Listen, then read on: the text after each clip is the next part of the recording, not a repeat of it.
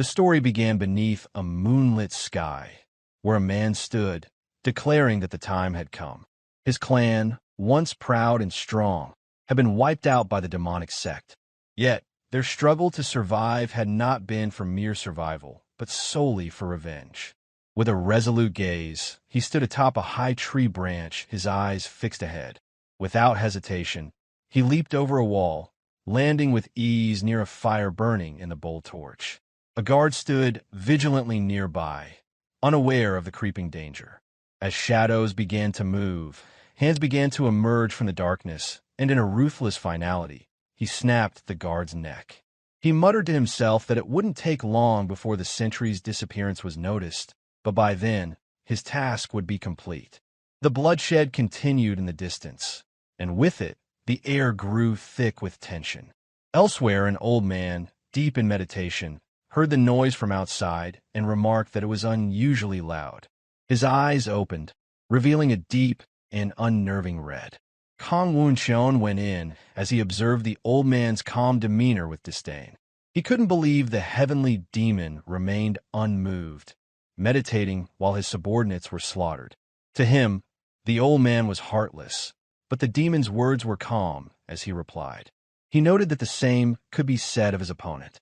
He questioned whether a man, while ascending a mountain, would concern himself with the insects beneath his feet. Of course not, the old man explained, for his gaze would be fixed on the peak. It was the mindset required to reach the pinnacle of martial arts. Woon-cheon scoffed at the old man's words, dismissing them as nonsense. He made it clear that today, he would take the old man's life with his own hands. The old man, the heavenly demon, was unfazed. As Woon-cheon moved forward, a blue aura began to emanate from his hand. He prepared the heavenly lightning fist, a technique that charged up powerful lightning within his palm. With swift precision, he launched his attack directly at the heavenly demon's face. However, the heavenly demon raised his hand in response, stretching it out in a fluid motion. He laughed, taunting Woon-cheon, asking if that was truly all he had. The demon unleashed his own martial art, the heavenly blood-tide art. From his hand, an energy beam shot forward, meeting Woon-cheon's lightning fist in a tremendous clash. The battle between the two martial arts created a force akin to the intense energy battles seen in legendary stories of old. Despite Woon-cheon's overwhelming power, the heavenly demon's energy surged past him, striking him in the face. He felt the burn of the attack and immediately recognized the energy beam for what it was, a sword energy. With an air of arrogance, the old man claimed that Woon-cheon would join his father today, signaling the end of the battle. Yet, Woon-cheon was not finished. With determination, he began to perform another technique, surprising the heavenly demon. This time, with a swift motion, Woon-cheon unleashed the heavenly divine palm. The powerful strike shattered the energy beam, and Woon-cheon continued his assault, landing a decisive punch directly on the demon's chest. Lightning surged throughout the demon's body, sending him flying into the wall behind him. Panting, Woon-cheon spoke harshly, warning the old man to stop speaking of his father in such a disrespectful manner. He reminded him of the countless lives the old man had destroyed, the evil deeds he had committed, and how this moment of vengeance was not just his own. It was the collective rage of all those the old man had wronged. The heavenly demon, now stunned, retorted that he should have wiped out the Cloud Dragon sect long ago. He was genuinely surprised by Woon-cheon's strength, unable to comprehend how the young man had managed to break through his heavenly demon blood surge art. The demon now realized that he had no other choice. With great effort, the heavenly demon pulled out a gourd, which Woon-cheon quickly recognized. When he asked if it was an elixir, the old man began drinking its contents without hesitation. Woon-cheon warned the old man that consuming such a potent elixir in one go would cause his demonic ki to deviate. A powerful purple energy burst forth as the gourd shattered, the demon's energy overflowing beyond control. His face contorted in agony as his eyes bulged, and with a terrifying roar, he released a shockwave of power. The force of it sent wind rushing outward, forcing Woon Seowoon to raise his hands to protect himself from the fierce blast. The battle had reached its climax, and it was clear that neither opponent would yield easily. The outcome of their clash was now inevitable. The battle between Woon Seowoon and the heavenly demon raged on, and Woon Seowoon couldn't believe what he was witnessing. Just as he turned to respond to the heavenly demon's voice, he realized too late that the attack was already incoming. The heavenly demon, looming behind him, declared that it was time for Woon Seowoon to disappear. As the attack drew closer, Woon Seowoon recognized his helplessness, but suddenly a voice intervened. A barrier materialized just in time, wrapping around Woon Seowoon and protecting him from the oncoming assault. Woon Seowoon's eyes widened as he recognized the protective shield. His surprise was palpable, but before he could react, a man stepped forward, apologizing for his late arrival. He explained that he had gotten caught lazing around. Woon Seowoon called him the Great Mage, but the man immediately dismissed the title, insisting that he had told Woon Seowoon not to call him something so trivial. The mage then turned his gaze toward the heavenly demon, asking if this was the nemesis Woon Seowoon had spoken of. Woon Seowoon responded that indeed, this was the man who claimed to have come from another world, and without him, Woon Seowoon would have already perished. Suddenly, the scene shifted, and the narrative took a jarring turn to reality. A man, Jin Seawoon, could be heard shouting in frustration. He had been reading a Murim-themed novel, enjoying the story until the unexpected appearance of a high-level mage from another world shattered his immersion. Seawoon couldn't help but complain about the sudden plot twist. He wondered aloud why a random mage from another world had appeared out of nowhere. His irritation grew as he sighed, lamenting that he had been enjoying the story until that moment. The appearance of this new element seemed like a mood killer. Seawoon expressed disbelief, questioning how it made sense for an entire world to just appear out of nowhere. His thoughts were clear. The author must have been on something, he mused, to come up with such an implausible plot. His phone buzzed with a notification, and he glanced down, recognizing that his friend had messaged him. Seawoon had been discharged from the military 6 months ago and was preparing to return to college. His friend, eager for a gaming session, invited him to grind ranked matches, and Seawoon couldn't help but wonder why his friend had no one else to play with.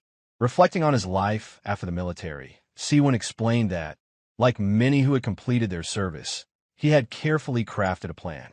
He intended to earn certifications and study all the things he had missed while serving. However, he felt disconnected from society, as he had missed out on many of the experiences others had enjoyed. As Seawoon headed into town, he thought about his remaining funds, briefly considering finding a part-time job. Being an avid fan of Murim novels, he often fantasized about living as the protagonist in such a world. He made his way into a PC cafe, where the cashier greeted him by name, asking if he was going to play Loyal Ground again that day. Seawoon confirmed it and ordered 10 hours of playtime. Loyal Ground was the only game he had played during his military leave, and he had spent countless hours grinding it. Within 3 months, he had risen to a top 10 rank, his dedication paying off. He logged into the game and messaged his friend to wait for him in the lobby. Seawoon had even earned some extra cash from tournament prizes at internet cafes. Loyal Ground, a Battle Royale game, was a straightforward game. 100 players dropped from a plane, collected weapons scattered around the map, and fought until only one remained standing. Now in the game, Seawoon began communicating with his friend, directing him to the coordinates where 2 other players were located. He instructed his friend to look towards 120 on the compass, which was displayed at the top of the screen. Seawoon aimed and quickly killed both opponents with 2 precise headshots. His friend shouted in excitement, noting that only 2 players remained. Seawoon chastised his friend for being so loud, recalling that his friend had already been eliminated once. He advised his friend to focus on looting and staying alive, emphasizing the need to find the safe zone before it closed. As the circle shrank, some other players running towards a building. They cautiously entered the building, spotting a first aid kit on the ground. One of them remarked that the presence of loot suggested that the other player hadn't entered yet. But Seowoon was hiding beneath the shadow. The players did not notice someone had hid there. As one player enters the building, aiming to grab some free loot, they discover Seowoon's character sitting in the corner, camping the loot. The player outside hears gunshots and receives notification that his teammate is dead. In disbelief, he mutters that he can't believe the teammate was hiding inside. With no time to trade out his teammate, he begins running away, but before he can get far, a bullet hits him in the back of the head. Now, he's the last one left, earning the coveted chicken dinner. Seowoon's friend, grateful for the win, thanks him for carrying the game. Seowoon, however, simply tells him to queue up for the next match and reminds him that he needs to lock in and start studying tomorrow. As Seowoon's phone buzzes, he looks down at it, and his mother's message appears. She asks if he's studying well and mentions that she sent his academy fees along with some extra money, hoping he eats well. She apologizes for not being able to send more. Seowoon thanks her, acknowledging that it's his mother's love and support. He responds, telling her that he's going to bed soon. Seowoon then tells his friend that he won't be playing anymore starting tomorrow. His friend protests, reminding him that they had planned to participate in a clan war together. However, Seowoon tells him that he can't go because he needs to start attending an English academy. He feels guilty every time he reads his mother's messages, as he's been living in this cycle for months. As he heads back to his apartment, he begins to doom scroll on his phone that night. Among the various videos, he stumbles upon one talking about people with mysterious powers being spotted overseas. These people are calling themselves players. Intrigued, Seowoon clicks the video, but it suddenly disappears. The video got deleted. He finds the situation strange, but decides to sleep it off. The next morning, as he heads out to the academy, his friend calls him, reminding him that they still need to prepare for the clan war. Seowoon tells him that he wants to help in one last game, but before he can finish his sentence, a purple light begins to glow behind him. He turns around, completely taken aback, and wonders what's going on. The light continues to draw closer, engulfing him entirely. His backpack falls to the ground, and not a trace of him is left behind. Now enveloped in the light, Seowoon wonders what it was and whether it's some sort of punishment for waiting too long to make his decision. As Seowoon slowly opens his eyes, he hears people speaking foreign language, and he's immediately startled by the volume. Looking ahead, he sees people fighting with swords and casting magic. They wield all kind of weapons and all kind of different outfits. Completely confused, Seowoon wonders if he's dreaming. He takes in more of the scene around him, spotting a statue nearby. The statue suddenly comes to life, announcing that 100 players have been detected. Still disoriented, Seowoon wonders why he hears a voice in his head and feels that the situation is a bit loud. The statue's eyes glow as it declares that the system is initializing. Seowoon's eyes also begin to glow with a blue hue, still trying to process what's happening. The statue then mentions that the language is being synchronized, and suddenly, the foreign language Seowoon had been hearing earlier is now being translated directly into Korean. In front of him, a large man comments that everyone is now speaking his language. Among the chaos, some characters from the Murim world discuss matters, including two mages. A mage named Chiron asked another named Escrow what he did to get them into this situation.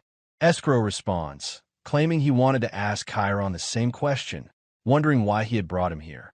Irritated, Chiron retorts that he won't be fooled by Escrow's words anymore. Unfazed, Escrow states that it no longer matters whether Chiron believes him, because everyone is fated to kneel before the Demon King's power. As the Archmage, Chiron declared that he would make a promise to Escrow as he summoned lightning in his hand. With a fierce look, he vowed to kill Escrow here and then swiftly end the Demon King's reign. He unleashed his ability, the Karen-style lightning, zapping Escrow where he stood. However, to Karen's surprise and confusion, Escrow stood completely unharmed, unaffected by the powerful strike. Karen's suspicion grew as he realized that he must have been the one who brought Chiron to this place. Meanwhile, witnessing the unfolding scene, Seowoon began to feel a creeping sense of disbelief. It was becoming too realistic to be a mere dream. Still looming in the background, the statue spoke again, announcing that the game was about to begin. The difficulty was set to easy, and the objective was explained. They only needed to reach the top 90. The designated map for this game was the kingdom's capital, and the rewards would go to the top 10 players and higher. The statue further explained that the tutorial would be skipped, and in the waiting room, players couldn't attack one another as everything was neutralized. A map materialized before Seowoon as the statue continued. For those accessing the Cloyd Survival game for the first time, it provided a brief explanation. The game would last for 100 years, and each day, the map would become more limited. Exiting the boundaries of the map would result in severe consequences, so players were advised to proceed cautiously. The ultimate goal was to be the last survivor, with the game concluding when only one player remained. If the game ended or a player was eliminated, they would return to their original world. Additionally, players who failed to make it into the top 90 would never be able to partake in Cloyd Survival again. The statue then declared that the players would soon descend to their chosen location with the help of her Gus gaze, allowing them to collect items and use them to reach the top 90. The statue wished them good luck. Still processing everything, Seowoon wondered if he was dreaming about Loyal Ground, the game he had been so engrossed in. His anxiety grew as the status window reaffirmed the rewards for the top 10 and higher.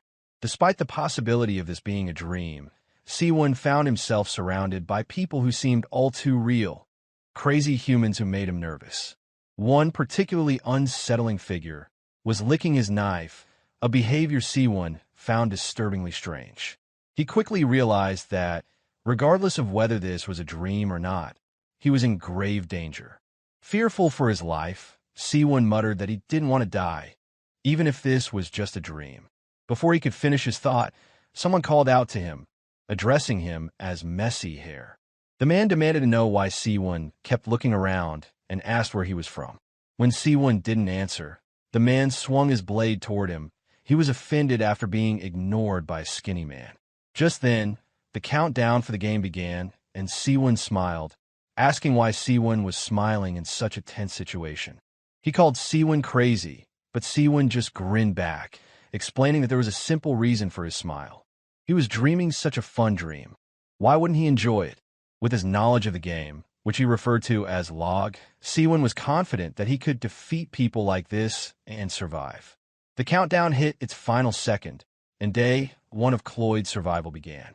Players were soon dropping from a high altitude, so toward the massive region of the kingdom's capital.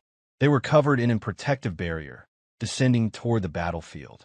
Analyzing the situation, Seowoon realized they were descending into crowded areas, places abundant with items. However, he decided that starting on the outskirts would be safer. He spotted a house in the distance and quickly shouted, "Descend," before diving straight down toward the ground. In a moment of panic, he screamed and even struck a superhero pose as he plummeted. However, despite the dramatic descent, he was unharmed. After landing, Seowoon paused for a moment, feeling dizzy from the intense motion. He was overcome with motion sickness and struggled to hold back the urge to vomit. His focus shifted to the house ahead. Determined to get inside, he heard rustling in the bushes nearby, which caught him off guard. He bolted toward the house, realizing he hadn't been able to see who had landed with him due to his dizziness. He pushed through the door, finally making it into the house and securing his temporary refuge. Seowoon realized that if he encountered an enemy without a weapon, he would be done for. He quickly closed the door behind him, his chest heaving as he began to pant. He wondered if it was the sword-wielding man from earlier, regretting having provoked him. Looking out the window and seeing no one, Seowoon breathed a sigh of relief, deciding it must have been the wind. Fortunately, he didn't hear anything else, and he was able to calm down and continue moving on.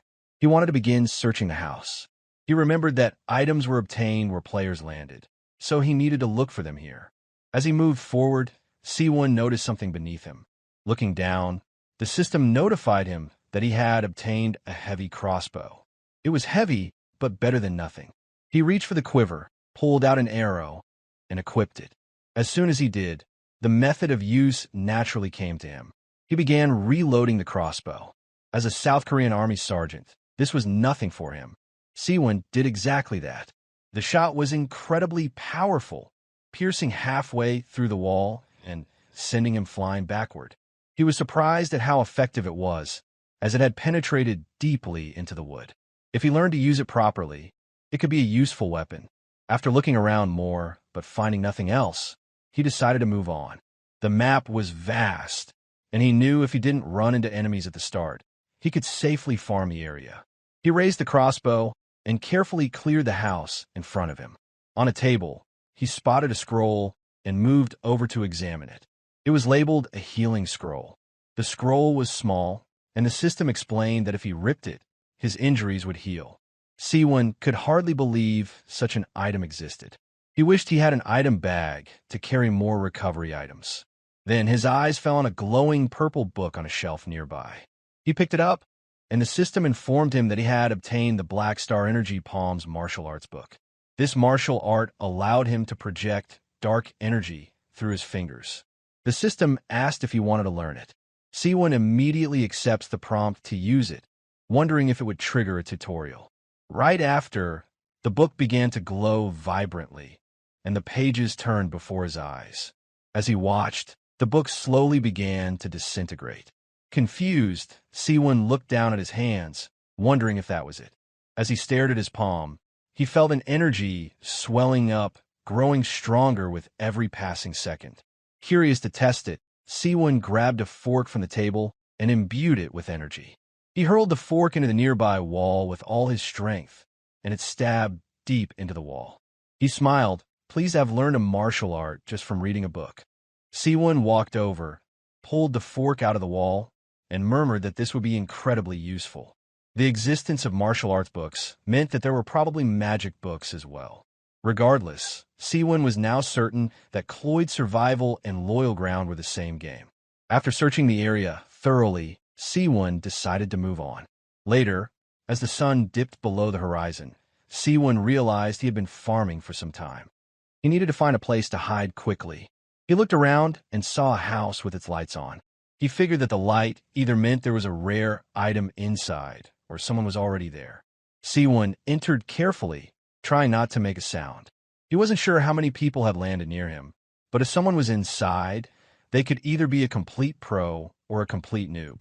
He listened intently, but he didn't hear anything. He moved cautiously through the house, checking each room before proceeding. Seowoon wondered if the enemies were hiding on the second floor. He felt a growing sense of anxiety, unsure of what he might find. He knew that if he had his weapon and used his Black Star Energy Palms technique, even if they were professionals, he might stand a chance. Slowly, he ascended the steps, doing his best to make no noise. His crossbow was gripped firmly in his hands as he took each step cautiously. Then, just ahead of him, he spotted something, a lantern. His instincts kicked in, and he wondered if it was a trap, especially with a room right beside it. After a brief moment of doubt, Seowoon decided to act. He kicked the door wide open, revealing the bedroom beyond. He looked around the room, letting out a quiet sigh of relief as no one was there. He found a ring on the drawer and picked it up, wondering if it might be an item.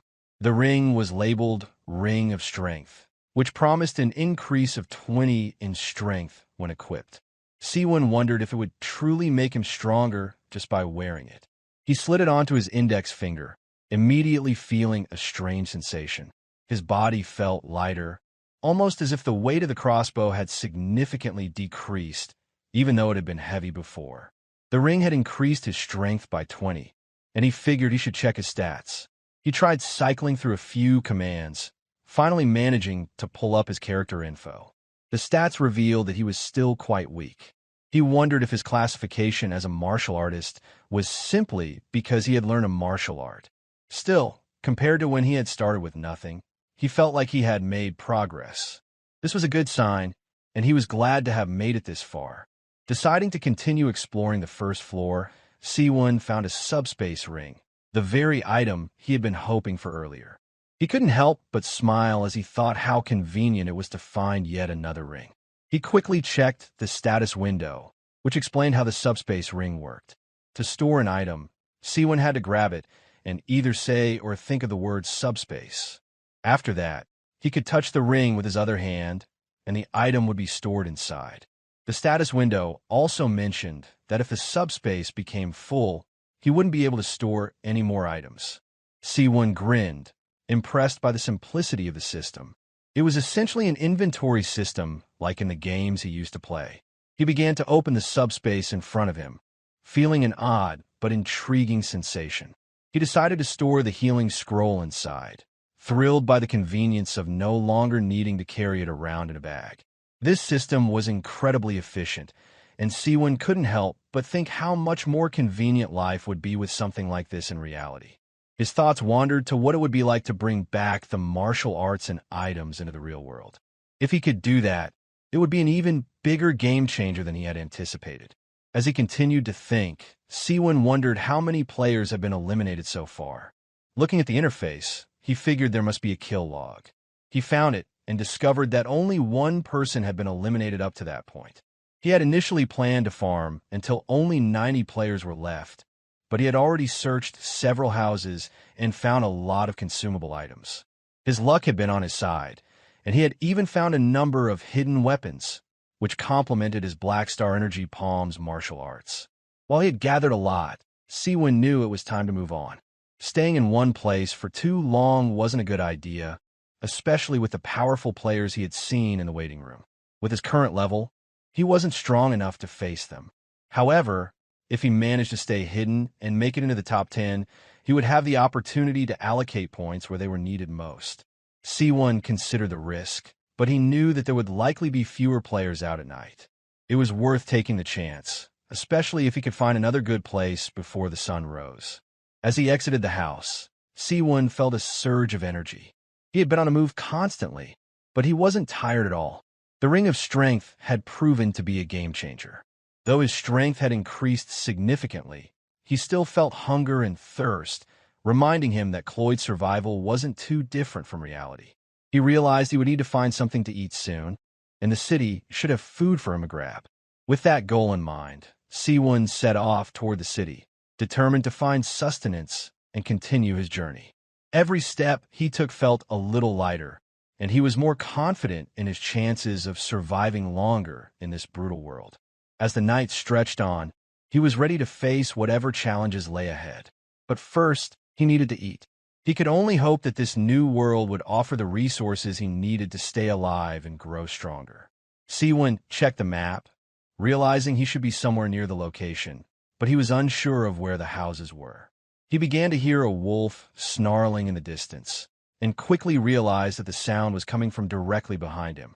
Instantly, he darted into some bushes, cursing himself for not noticing it sooner. He peeked over, seeing the creature in the distance, feeling his nerves spike. Sweat began to bead on his forehead as he recognized that it wasn't just any wolf. It was a werewolf, and there was another one right behind him. As he sat frozen, the werewolf lunged at him, forcing him to dodge just in time. The creature's attack shattered the nearby tree with brutal force, and now there were two of them, staring directly at him. Seowoon muttered to himself that he thought this was a PvP game, never expecting monsters like these to be a part of it. If he had known, he would have stayed put. He was still a ranker, in name at least, and dying to a mob would be too embarrassing. Noticing a house off in the distance, Seowoon ran toward it, his heart pounding as he approached the door.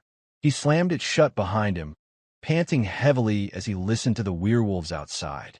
He wondered if they would try to get in. The sound of sniffing came closer, and he realized the creatures must be searching for his scent. Knowing he had to act fast, Seowoon cracked the door open, aiming his crossbow through the small gap. He waited until he had a clear shot, and then fired, sending a bolt through the crack and into the side of one werewolf skull. The creature collapsed and began to vanish into the air. Relieved, Seowoon muttered that the Ring of Strength had made it possible for him to fire the crossbow with just one hand. Now he just needed to deal with the second werewolf. As he reloaded the crossbow, he turned to find the second creature had moved much closer, now directly in front of the door.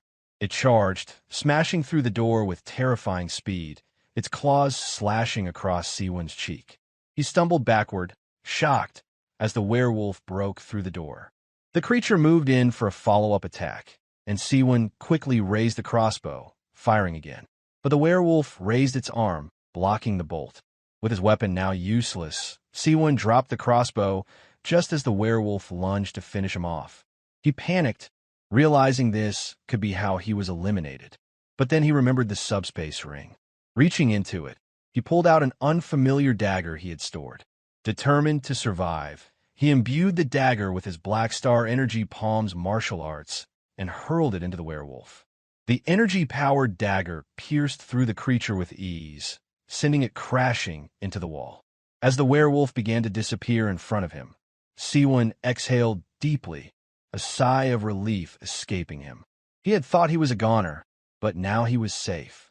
His heart still racing, he collapsed to his knees, muttering that he was glad he had stashed the throwing dagger earlier.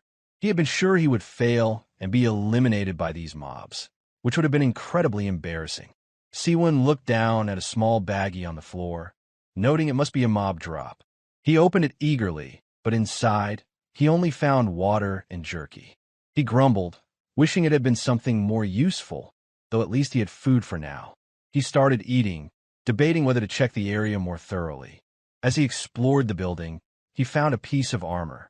It was a bit large for him, but once he put it on, it immediately resized to fit his body. The status window appeared, informing him that the item was an advanced orichalcum breastplate, which significantly increased his resistance to fire and wind magic. Seowoon was impressed by how much it boosted his stats, and he couldn't help but wonder if there were even more powerful items hidden around. He continued to search, his curiosity piqued, but when he bumped his knee into something, he stopped. Looking down, he didn't see what he had hit. He kicked the ground in front of him, wondering if it was a hidden item. Seowoon picked up the item, feeling its texture, which resembled cloth. After putting it on, he discovered that it was called the Night Cloak. The moment it was equipped, he realized that if he remained still in darkness, the cloak allowed him to blend seamlessly with the shadows. While hidden, no magic would detect him, and even the sounds he made were muted. The cloak reminded him of something from a familiar fantasy story, an item of power that allowed its wearer to avoid detection. This cloak was invaluable for survival, enabling Seowoon to avoid anyone who might cross his path during the night. It was the perfect tool for remaining undetected, allowing him to stay alive for as long as needed. As he moved through the area, Seowoon couldn't shake his confusion about the house in the middle of nowhere, but after some consideration, he realized it was part of a farming spot. It seemed his luck might be turning around for the better today. Still, as he walked deeper into the woods under the cover of night, Seowoon reflected on how he hadn't seen anyone. Perhaps it was the result of being dropped into a random location. Lost in thought, he heard footsteps approaching from behind. Turning, Seowoon saw a man running through the forest, disheveled and yelling in frustration. The man seemed to be lamenting that he hadn't had the time to use something, though what exactly it was remained unclear. Seowoon wasted no time donning the night cloak again, slipping into the shadows of a nearby bush. The man did not notice Seowoon as he muttered that he couldn't believe he'd encountered a mage in such a place. Seowoon observed that the man appeared weak, a person easily dealt with, and the thought crossed his mind that he could take him down with little effort. As the man turned to leave, Seowoon reminded himself to stay calm. It was just a game after all, and there was no reason to hesitate.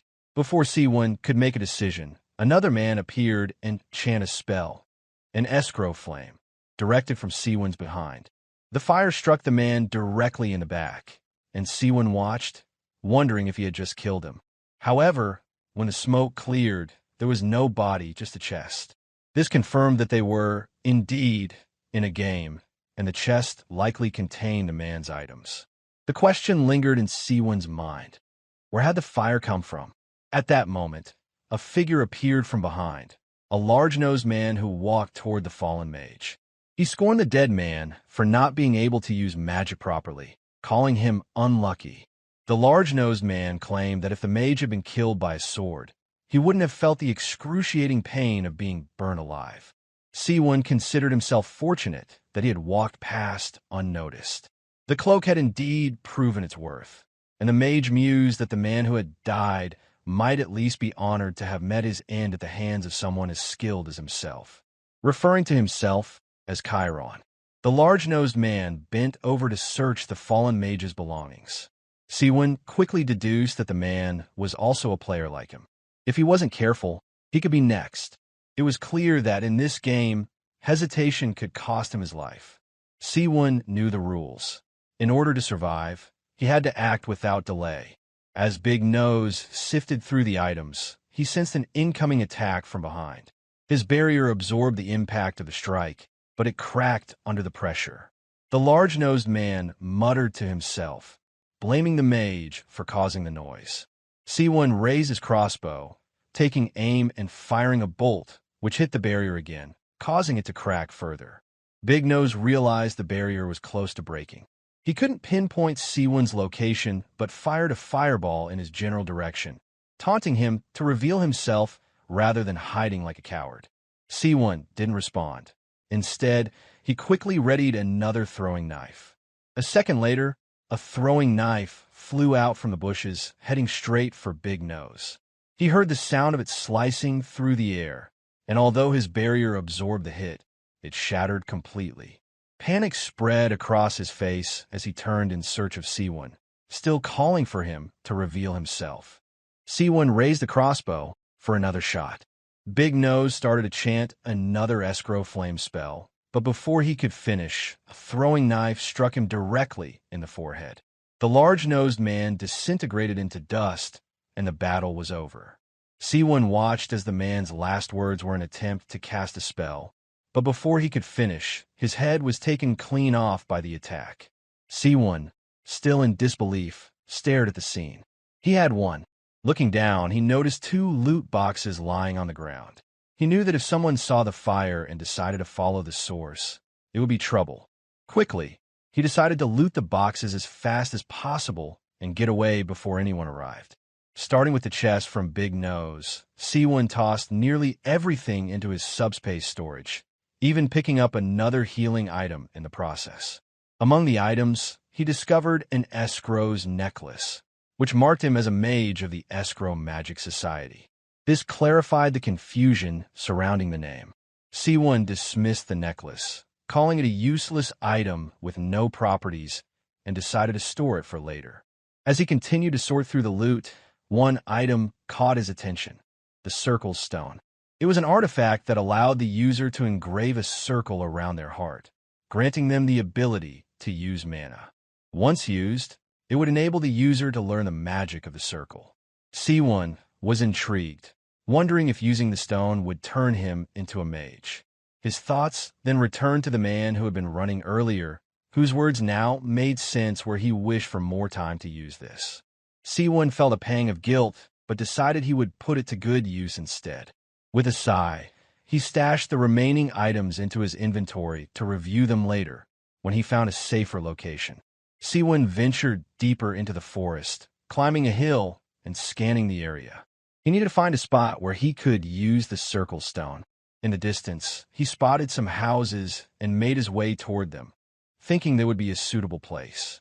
Once inside, the stone prompted him, asking if he was sure about using it. Without hesitation, Seowoon confirmed in his mind that he was ready. The stone warned him that using it would require him to remain motionless for 3 hours, unable to perform any actions or use items.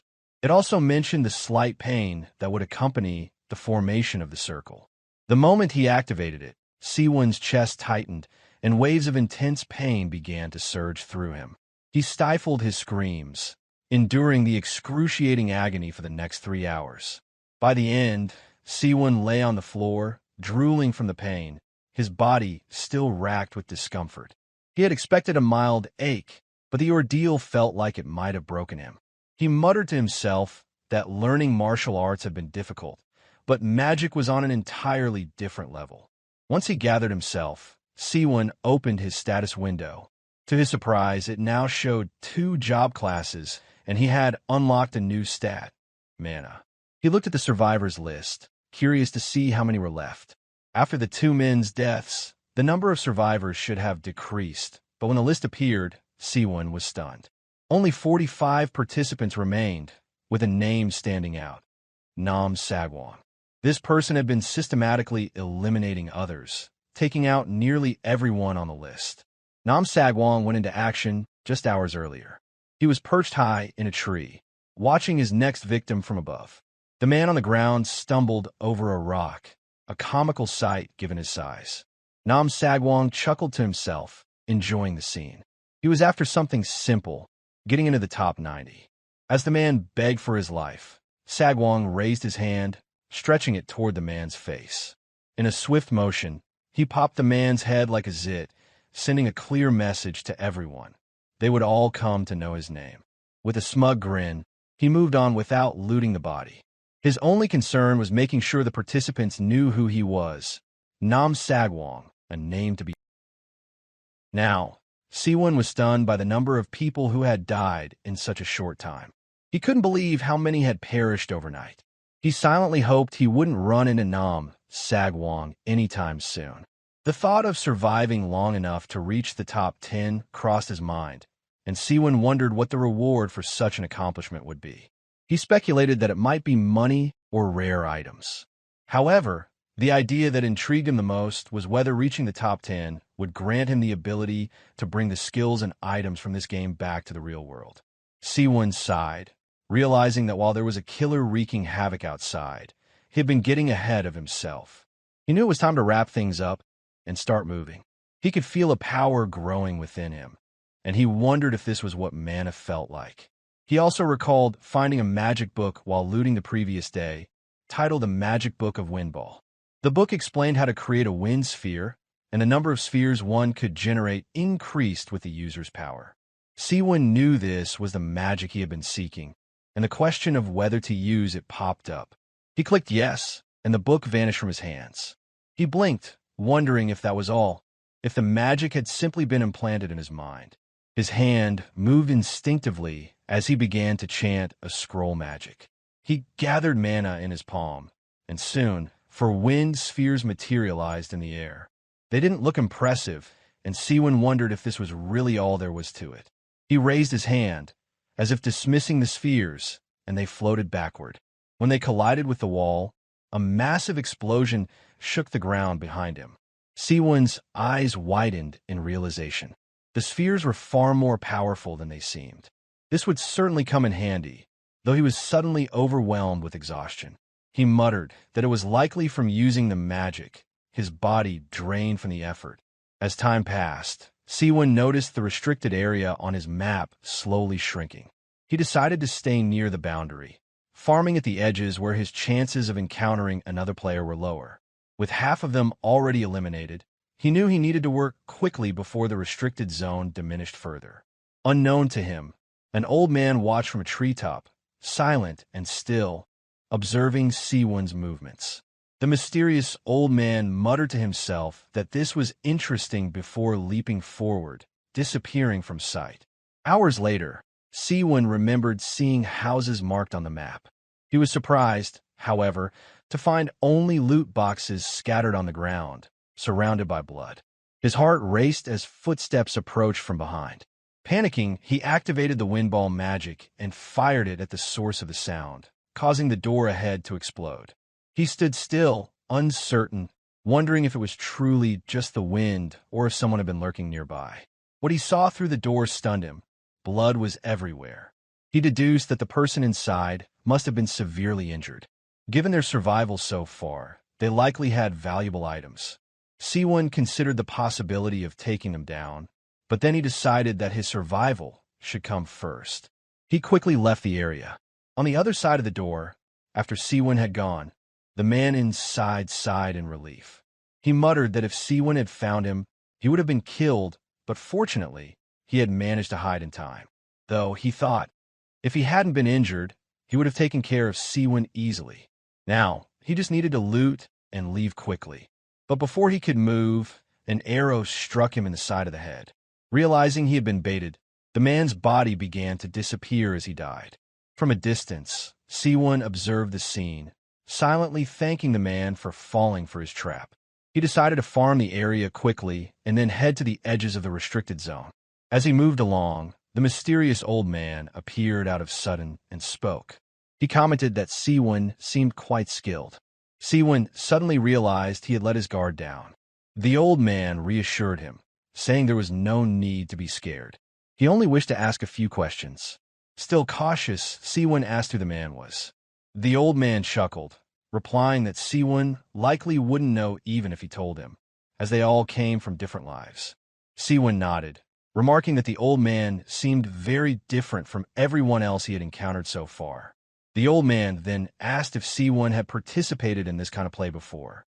Seowoon asked the old man what he meant by play. The old man smiled faintly, explaining that he had been watching Seowoon for a while and had noticed how quickly he adapted. He was certain Seowoon already knew that this situation wasn't real. Still curious, Seowoon wondered how long the old man had been observing him and how he had managed to remain undetected. Nervously, he answered, saying that it was Seowoon's first time being brought here, but that he had played a similar game in the world he had come from.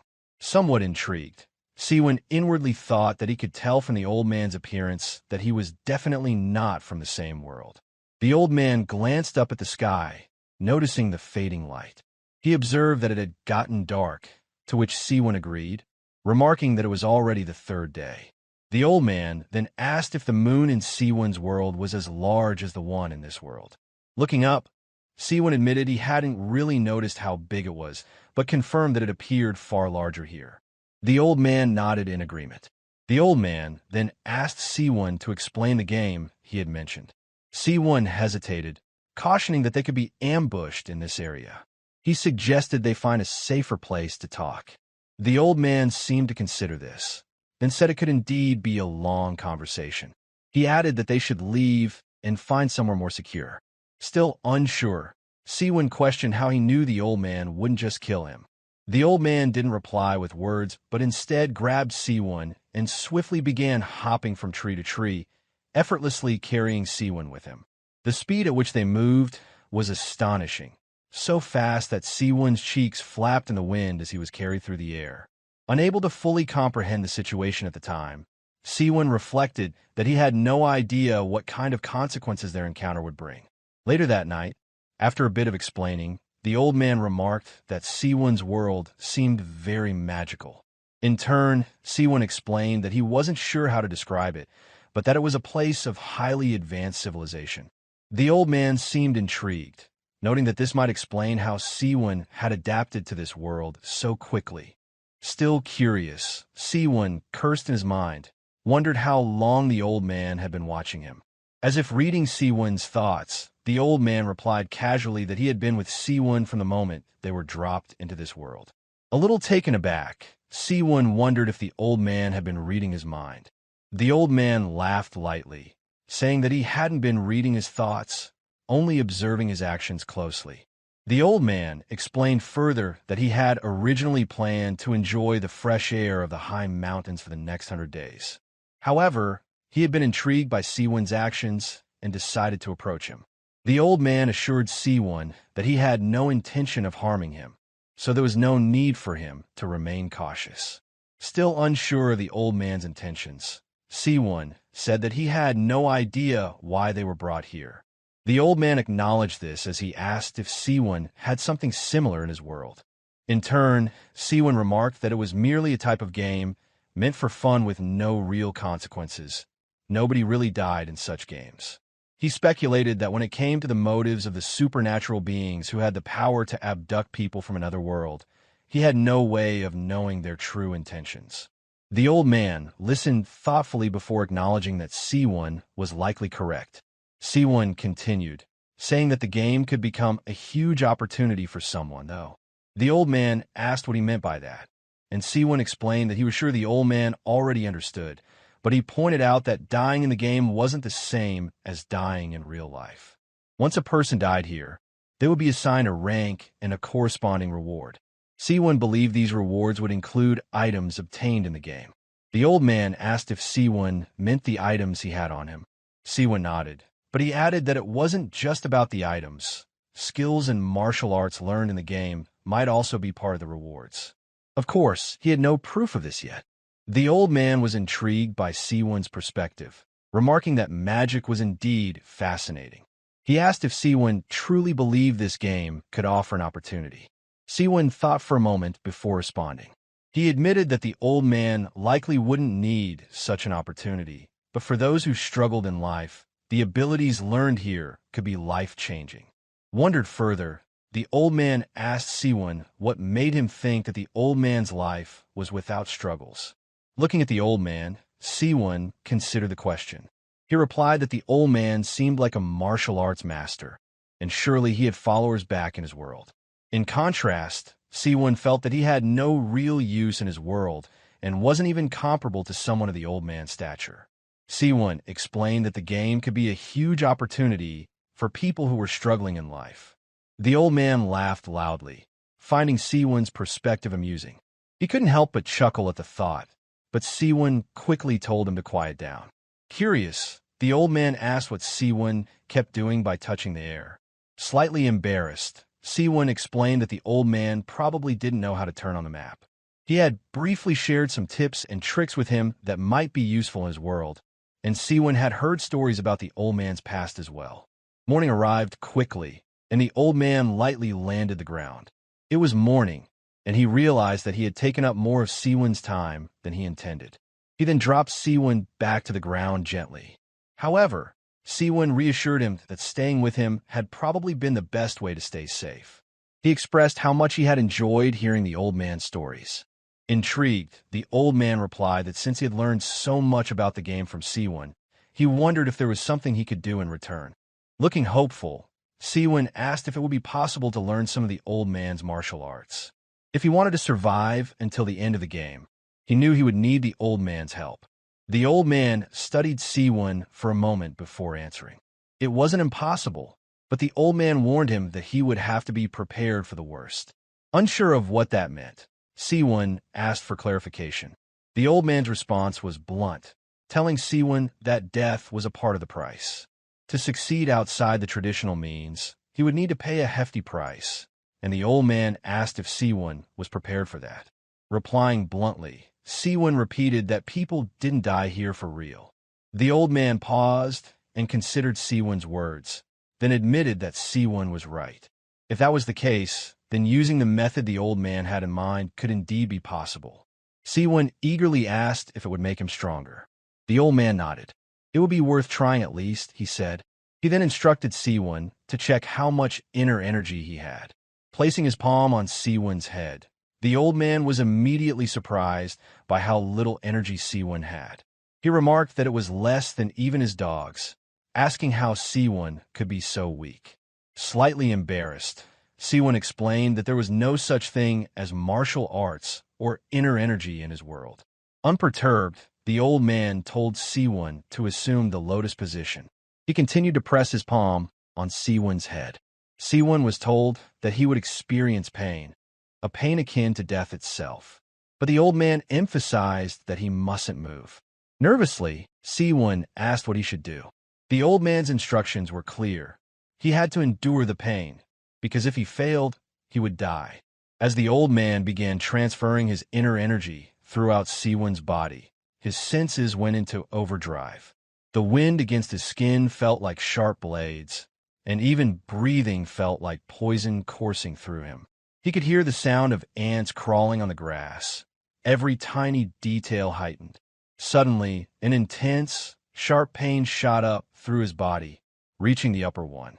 Seowoon let out a scream, and energy beams shot out from his mouth and eyes. He wondered if this was how he would die as sweat poured from his body.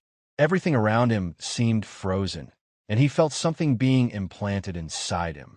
A seemingly endless moment later, he was simply sweating profusely. The technique that the old man imparted were a success. Seowoon immediately fought back the urge to vomit, but after a brief moment, he let it all out. The old man observed Seowoon for a moment before commenting that Seowoon had endured well. He noted that Seowoon's body wasn't bad and that he had an innate disposition. Once the flow of his inner energy was fixed, the old man assured him that Seowoon's body would feel different, stronger. Still reeling from the experience, Seowoon asked what he needed to do next. The old man reminded him of his desire to get stronger quickly. Seowoon nodded, eager to move forward. The old man explained that he had pushed Seowoon's soul slightly away from his body and had created an inspiratory gate in that space. People were born to absorb the world's energy solely through breathing, the old man explained as he gestured, continuing his teachings. Now, with the new gate in place, Seowoon could absorb special energy, not just through breathing. He asked the old man what had changed, and the old man explained that people consisted of mind, body, and soul, and these three elements were held together by life energy. He asked Seowoon to guess what happened to that life energy when someone died. After a brief pause, Seowoon guessed that it must disappear, but the old man corrected him. He provided a real-world example, a water droplet on a leaf poised to fall. As it started to drop, the old man explained that the life energy did not disappear, but rather dispersed. When the droplet met the ground, it spread out, and in the same way, the life energy spread throughout nature, continuing the cycle of life.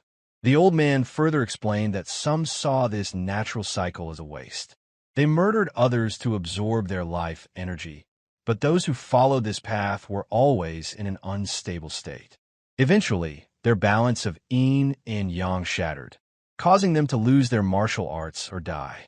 The mind technique the old man had passed on to Seowoon allowed him to absorb the scattered life energy, much like those who had followed this path, to increase his inner energy.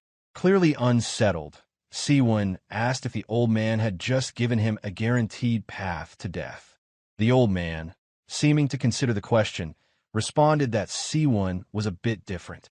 Unlike those who reconstructed their veins to create a gate, the old man had used Seowoon's soul for it. Since Seowoon had no inner energy at all, it was like a blank sheet. The old man had tweaked his veins to allow Seowoon to absorb the life energy harmoniously. He then asked if Seowoon understood why he had given him a mind technique that was forbidden in his original world. Contemplating for a moment, Seowoon replied that it must have been because of the game's setting. Impressed by Seowoon's quick grasp of the situation, the old man confirmed this. He explained that he had felt the presence of life energy in the areas where people had died. The biggest issue with this mind technique was that it could only succeed greatly through murder. However, the old man pointed out that in this world there was no issue. To survive, Seowoon had to eliminate others, and after the 100 days, he would have reached quite a high level. The old man then told Seowoon it was time for them to part ways. He expressed that it would be nice to see him again, but Seowoon stopped him, saying that he had helped so much and deserved to at least know the old man's name. With a calm smile, the old man introduced himself as Jang Dokian, known to everyone as Deep Valley Standing Kindly. He mentioned that the mind technique he had taught Seowoon was called the White Martial Physique Arts. Seowoon bowed deeply, promising that he would never forget this. Jang Dokian advised Seowoon to get used to breathing deeply, and if he continued to accumulate inner energy through his dantian, he would grow stronger over time. He then remembered how to open the map as Seowoon had shown him, calling it a very convenient tool. With a final farewell, the old man said that they would meet again when the opportunity arose. Seowoon watched as Jang Dokian soared through the air, vanishing quickly. He marveled at how fast the old man had disappeared, commenting that it was to be expected of someone like him. If Seowoon could master the same movement techniques, he thought he would be able to move as freely as the old man. With his thoughts settled, Seowoon decided to continue with his original plan and head back to the outskirts. Though he had been abducted and dragged to the center in an instant, the walk back took him half a day. As he hid in some bushes near a house with its lights on, Seowoon muttered that it seemed like the same situation as last time. Either the house was empty, or it was a noob who didn't know how to turn off the lights. Regardless, he was determined to go in. He ran toward the house, slipping inside and checking his corners before slowly clearing the rooms. He noticed the light upstairs turn off and muttered that he had been right. It was time to farm for items. However, after a while of searching, he sighed in disappointment. The house yielded nothing useful. It was filled with only useless items, a small healing scroll, and some jerky. Seowoon realized he had come for nothing. He yawned, muttering that he hadn't slept at all the previous night because he had spent so much time talking with the elder. Now exhausted, he knew it was finally time to catch some rest. He fell into a peaceful sleep, the exhaustion from the previous days catching up with him. The morning arrived, and his sleep was interrupted when he heard footsteps approaching. A voice pierced the stillness, a man saying that the house didn't seem empty. Seowoon immediately recognized the man was right outside. He slowly reached for his crossbow, cursing his defenselessness. He waited, tense by the door. As the door opened, the man entered, and Seowoon took in a deep breath, preparing himself. The man looked around, saying he could finally rest, but he was quickly stunned to find himself staring down the barrel of a crossbow. Seowoon squeezed the trigger, shooting the bolt toward the man. In an instant, the man drew his sword and sliced the bolt in midair. Seowoon couldn't believe he was fighting a martial artist, muttering that this was becoming an annoyance. Without hesitation, Seowoon reached into his subspace, pulling out a set of throwing knives. Using the Black Star Energy Palm technique, he launched them at the man. One of the knives was blocked by the man's arm, who sneered and called Seowoon a coward for relying on hidden weapons. Undeterred, Seowoon closed the distance between them. He grabbed the side of the man's head with his palm and threw him to the ground. With swift motion, Seowoon kicked the man's weapon away and told him that he had been having a nice dream until the man had woken him up as he raised the crossbow bolt high into the air. The man pleaded for his life, saying that he would do anything. He couldn't die here, not after struggling so much to survive. But with a cold gaze, Seowoon stabbed him directly in the forehead. The kill feed flashed on screen, revealing that the man's name was Xiao Long and that he had died from an arrowhead shot. Seowoon bathed in blood, muttered to himself that he refused to die here either. No hesitation in his voice and action. He had transmigrated abruptly in an unfamiliar world. Yet, despite facing a life-and-death instance repeatedly, Seowoon was capable of executing a quick and swift decision. As the last echoes of conflict faded, the shifting dust revealed a subtle difference in the aftermath. Seowoon's eyes, sharp and perceptive, caught the change. A soft green luminescence drifted through the air where, moments before, a man had collapsed in death. His body was gone, erased without a trace. In its place rested a solitary chest, quietly glowing amidst the haze. Seowoon's gaze locked onto the object. This was no ordinary remnant.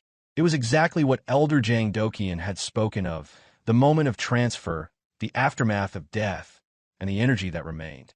As Seowoon stood, the gentle energy rushed toward him, as though it sensed his presence. Wisps of green energy slithered outwards, weaving around his fingers in an uncanny way. The warmth and movement coursing through the tendrils were unlike anything Seowoon had experienced. As they touched his skin, they didn't just linger, they entered. In an instant, the calm was shattered. A brilliant surge of light erupted from the chest, engulfing Seowoon in a radiant explosion. He remained still, centered within the glow, every muscle tense. Then, as suddenly as it had come, the energy subsided, and the silence returned as the glow faded. Seowoon stood amidst it all, frozen in contemplation. He lowered his gaze to his hands, now steady but tingling with latent force. He had killed one man, absorbed one fragment of vitality, and yet his body felt transformed. Power pulsed through his limbs, strong and constant, as if a dam had broken and the current had made a new home within him. Driven by a mix of curiosity and urgency, Seowoon called out the system. His vision shifted slightly as the interface responded. Among the stats, one line caught his attention. Internal energy 20. The energy he had just absorbed had taken quantifiable form. He wondered briefly, was that all the man had held? Or had he only taken a portion? A slow grin spread across Seowoon's face. The pieces aligned in his mind. Elder Jang Dokian's cryptic teachings now made sense. Even without striking the final blow in every encounter, Seowoon understood now that securing vitality was essential. What mattered was the energy left behind and the strength it offered. Turning his attention outward, Seowoon swiped through the interface and opened the survivor status. The numbers told a new story. His breath hitched. A detail stood out. Something had changed. His eyes scanned the interface rapidly. Then came a confirmation. One less. The total count had dropped. From 24 to 23. Seowoon stood in silence. The system log appeared, detailing the event. Nam Sagwon had killed Karl Verstappen. Far away, at the scene, Karl Verstappen lay broken, his stomach carved open by a brutal strike. The final remnants of energy shimmered around him as his breath thinned. With effort, he released the name of his killer. Nam Sagwon. A final flicker danced above his body, then vanished. His corpse followed, dissolving into fading particles. Where he had died, another chest formed, humming with pale blue light. Wisps floated gently above it, dancing like smoke in moonlight, the quiet residue of loss. Nam Sagwon walked away without concerning himself with the chest. He glanced at his hands, still smeared with blood, and let out a scoff. He had anticipated a challenge. Karl had made the first move. But in the end, there had been no struggle. Just another empty fight and another meaningless death. With a tired exhale, Nam Sagwon turned his back on the remnants of the battle. The screen floated before him, softly glowing. He raised his head and addressed the system again. The interface responded swiftly. The word survivor echoed across the field in command. The number displayed, 22 participants still alive. Nam Sagwon let out a scoff, his tone edged with disbelief as he questioned how so many contestants could still be alive. Something on the system's screen shifted, and a flicker of surprise crossed his face. Blood smeared across his face and neck emphasized the rawness of the battlefield. But within his gaze, something more deliberate formed, a glint of recognition, or perhaps intrigue, directed at the name that stood out among so many. He spoke of Seowoon's name out loud. Elsewhere, far from the front lines, Seowoon sat in a dim room, his posture tense and alert. His eyes locked onto the notification. The name Nam Sagwon burned itself into his thoughts. Of all the names that appeared on the kill logs, that one stood above the rest. A chill ran down Seowoon's spine, and beads of sweat traced silent paths through the blood and grime, streaking his face. His mind raced through grim calculations. If survival was the goal, then Nam Sagwon was the one person who must be avoided at all costs. What he once thought of as a harrowing battle revealed itself for what it truly was, an encounter with a minor opponent. If that struggle had left him on the verge of collapse, then the thought of facing Nam Sagwon became nothing short of a death sentence. Opening the chest, Seowoon found only a single item, refined troll potion. Nothing else remained of value. If the man had carried better gear or healing items, perhaps the fight would have been different. Rather than charge headfirst into another confrontation, Seowoon made a different choice. He would withdraw, keep to the shadows, and allow the field to cull itself. He would strike when the time was right. With that in mind, he set his path toward the perimeter of the map, aiming for the outer reaches of the restricted zone. There, deep in the forest, he planned to wait out the bloodshed. 1 week passed. Within the thick canopy of the forest, a pair of glowing red eyes flashed in the underbrush. A low snarl broke the silence. The same beast he had once faced now returned, its body radiating menace and strength. Without hesitation, he raised his crossbow and fired. The bolt struck true, detonating into a burst of light that tore through the creature. The beast disintegrated instantly, dropping its loot. Seowoon commented dispassionately that the creature would be dinner. Traversing the edge of the zone, he remained alert. No other combatants had crossed his path.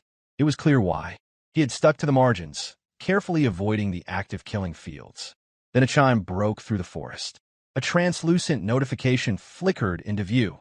Cloyd Survival Day 12. Seowoon stood at the very edge of the hexagonal boundary, the outer limit of the restricted zone. The barrier hummed softly, its glow casting faint reflections against the trees. Reaching out, Seowoon pressed his palm to it. A tremor climbed up his arm.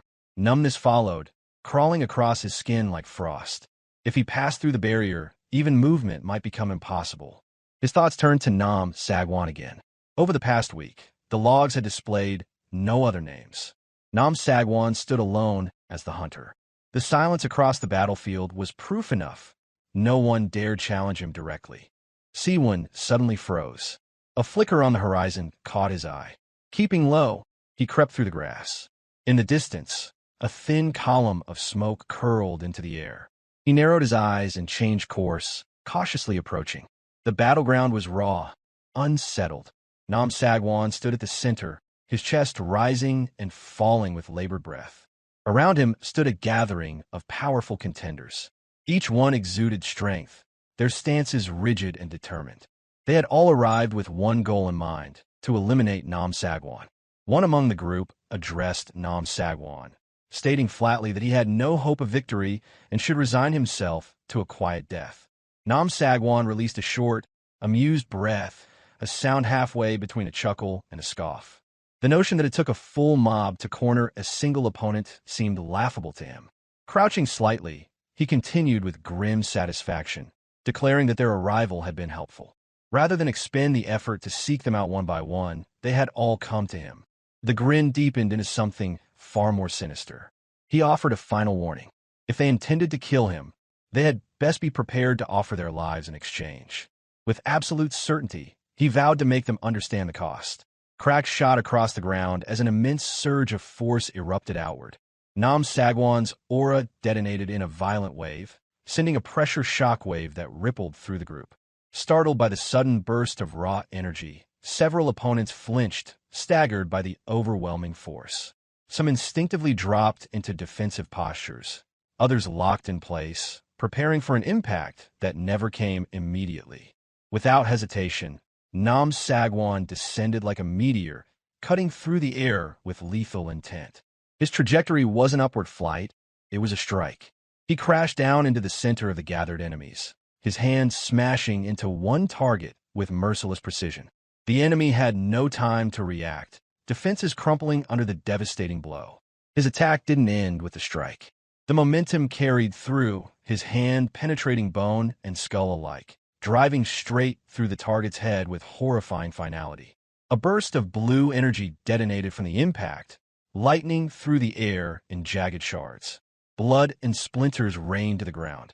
Those watching stood in stunned silence. Blood spattered across the ground and even onto the armor of the nearby fighters. Disbelief twisted their faces. One of them erupted in frustration, screaming in outrage, unable to comprehend how a single strike had yielded such carnage. Nam Sagwan did not wait. The next moment, he moved, slashing through the air with a brilliant arc of red energy. The attack tore into the ranks, scattering bodies in all directions. Sparks flew, blood sprayed, and the battlefield screamed with violence. Armor shattered, limbs contorted, and the sounds of agony rang out across the dust-choked field. Blue energy sparked, blood flashed. One after another, lives vanished beneath his attacks. There was no rhythm, no sequence to follow. No one countered, no one pressed him back. It wasn't a duel. It wasn't even a battle. It was slaughter. The next strike carved upward in a clean arc, severing a leg with surgical precision. Blood sprayed, and body parts spun into the air. The opponent crumpled without even a chance to cry out. There was no need for observers. No need to witness the destruction firsthand. The kill log spoke for itself. No other names appeared. No other battles were in motion. Nam Sagwan alone filled the screen. Barring catastrophe, the outcome was set. The strongest was already clear. This contest had one inevitable victor. Seowoon stood frozen, eyes fixed on the glowing kill log. One after another, names slid across the screen. All claimed by Nam Sagwan. All through martial arts. The numbers weren't the only thing that troubled him. He questioned aloud whether Nam Sagwan was even following the rules of the game. A storm with no equal. Back on the battlefield, Nam Sagwan stood amidst the aftermath, his breathing labored but composed. Blood soaked his face, yet his expression remained unshaken. As he walked off, he dismissed them all as insignificant, mere nobodies. Muttering under his breath, he voiced his irritation at the lingering stench, showing no sign of remorse for the destruction he had left behind. Scattered across the blood-soaked ground behind him were only remnants. Chest boxes and loot, the final remains of those he had slain. Wiping the blood from his face with slow indifference, he carried no weight from what had transpired. His thoughts drifted forward, already several steps ahead of the present, as if the massacre meant nothing. Night descended upon the battlefield. Nam Sagwan was gone. Nothing stirred among the bodies, and all that remained were scattered chest boxes and a single magic staff, its surface glowing faintly in the growing darkness. Then a figure stepped into the clearing. Mist swirled quietly at their feet as they approached. Robes brushed through the grass with every calm, deliberate stride. The figure moved closer, eyes falling on the faintly glowing staff embedded in the ground. A shadow passed across their face. Reaching out, the figure lifted the staff with deliberate care, recognizing the staff had belonged to Elizabeth. It wasn't loud, but rooted deep. Rage settled behind his eyes. He whispered a vow over the staff, Elizabeth's name spoken first as tribute, then as a promise. Her death would not go unanswered. He declared his intent aloud. The oath rang clear through the night that he will bring vengeance. The man raised his gaze to the heavens, swearing on the name of Escrow. Elsewhere, under the same moonlit canopy, Seawoon stood quietly within the forest. A single thought echoed through his mind. There were now only 11 survivors left. If he could just endure a little longer, maybe he could reach the top 10. That was the hope he held on to. But after what he had seen earlier, the devastation, the sheer disparity in strength, his confidence had begun to fracture. Facing someone like Nam Sagwan, that would require something powerful enough to even the odds. His eyes dropped to the castle below. Even from a distance, its silhouette carried an air of significance. In his mind, Seawoon calculated his chances. The restricted zone would likely expand past this area by morning. The mansion might be the final opportunity to find something useful. Moonlight guided his approach. Seawoon moved swiftly, crossing the outer gardens toward the mansion's looming entrance. He pressed his hand to the heavy wooden door and eased it open. A soft glow spilled out from within, casting light across his worn cloak. He paused briefly, peering into the shadows inside. A quiet gasp escaped him. His voice was low, barely audible. The sight before him was far beyond expectation. The interior stretched before him in grand majesty. Towering marble pillars reached for the high ceilings. Intricately carved statues loomed over the halls. Moonlight streamed through stained glass windows, painting the floor in fragmented hues. He paused at the foot of a grand staircase, taking it all in with quiet awe. Then a shimmer caught his attention. A full suit of Royal Guard armor stood displayed against the wall. A system prompt blinked into view. The armor required a strength stat far beyond his current level. His eyes narrowed as he checked his stats, just 30. With a short breath, he dismissed the idea. It would only weigh him down. No point in carrying what couldn't be used. He turned from the armor and resumed scanning the room. The mansion might still hold something that could change his fate. He resumed his search through the mansion's endless corridors, his voice low and persistent as he muttered that something useful had to be hidden within these halls. As his gaze swept across the room, a faint glimmer on one of the high shelves caught his attention. Approaching cautiously, he reached up and pulled the item down. A glowing bottle sat in his hands, pulsing gently with energy. As he examined it, a system notification materialized before his eyes. Elixir of Insight increases internal energy. Excitement surged through him. His voice trembled slightly, though no one else was present to hear it. He glanced around the vast hall again, still struggling to believe what he had found. And the surprises hadn't stopped. As he ventured deeper, Seawoon's eyes locked onto something else.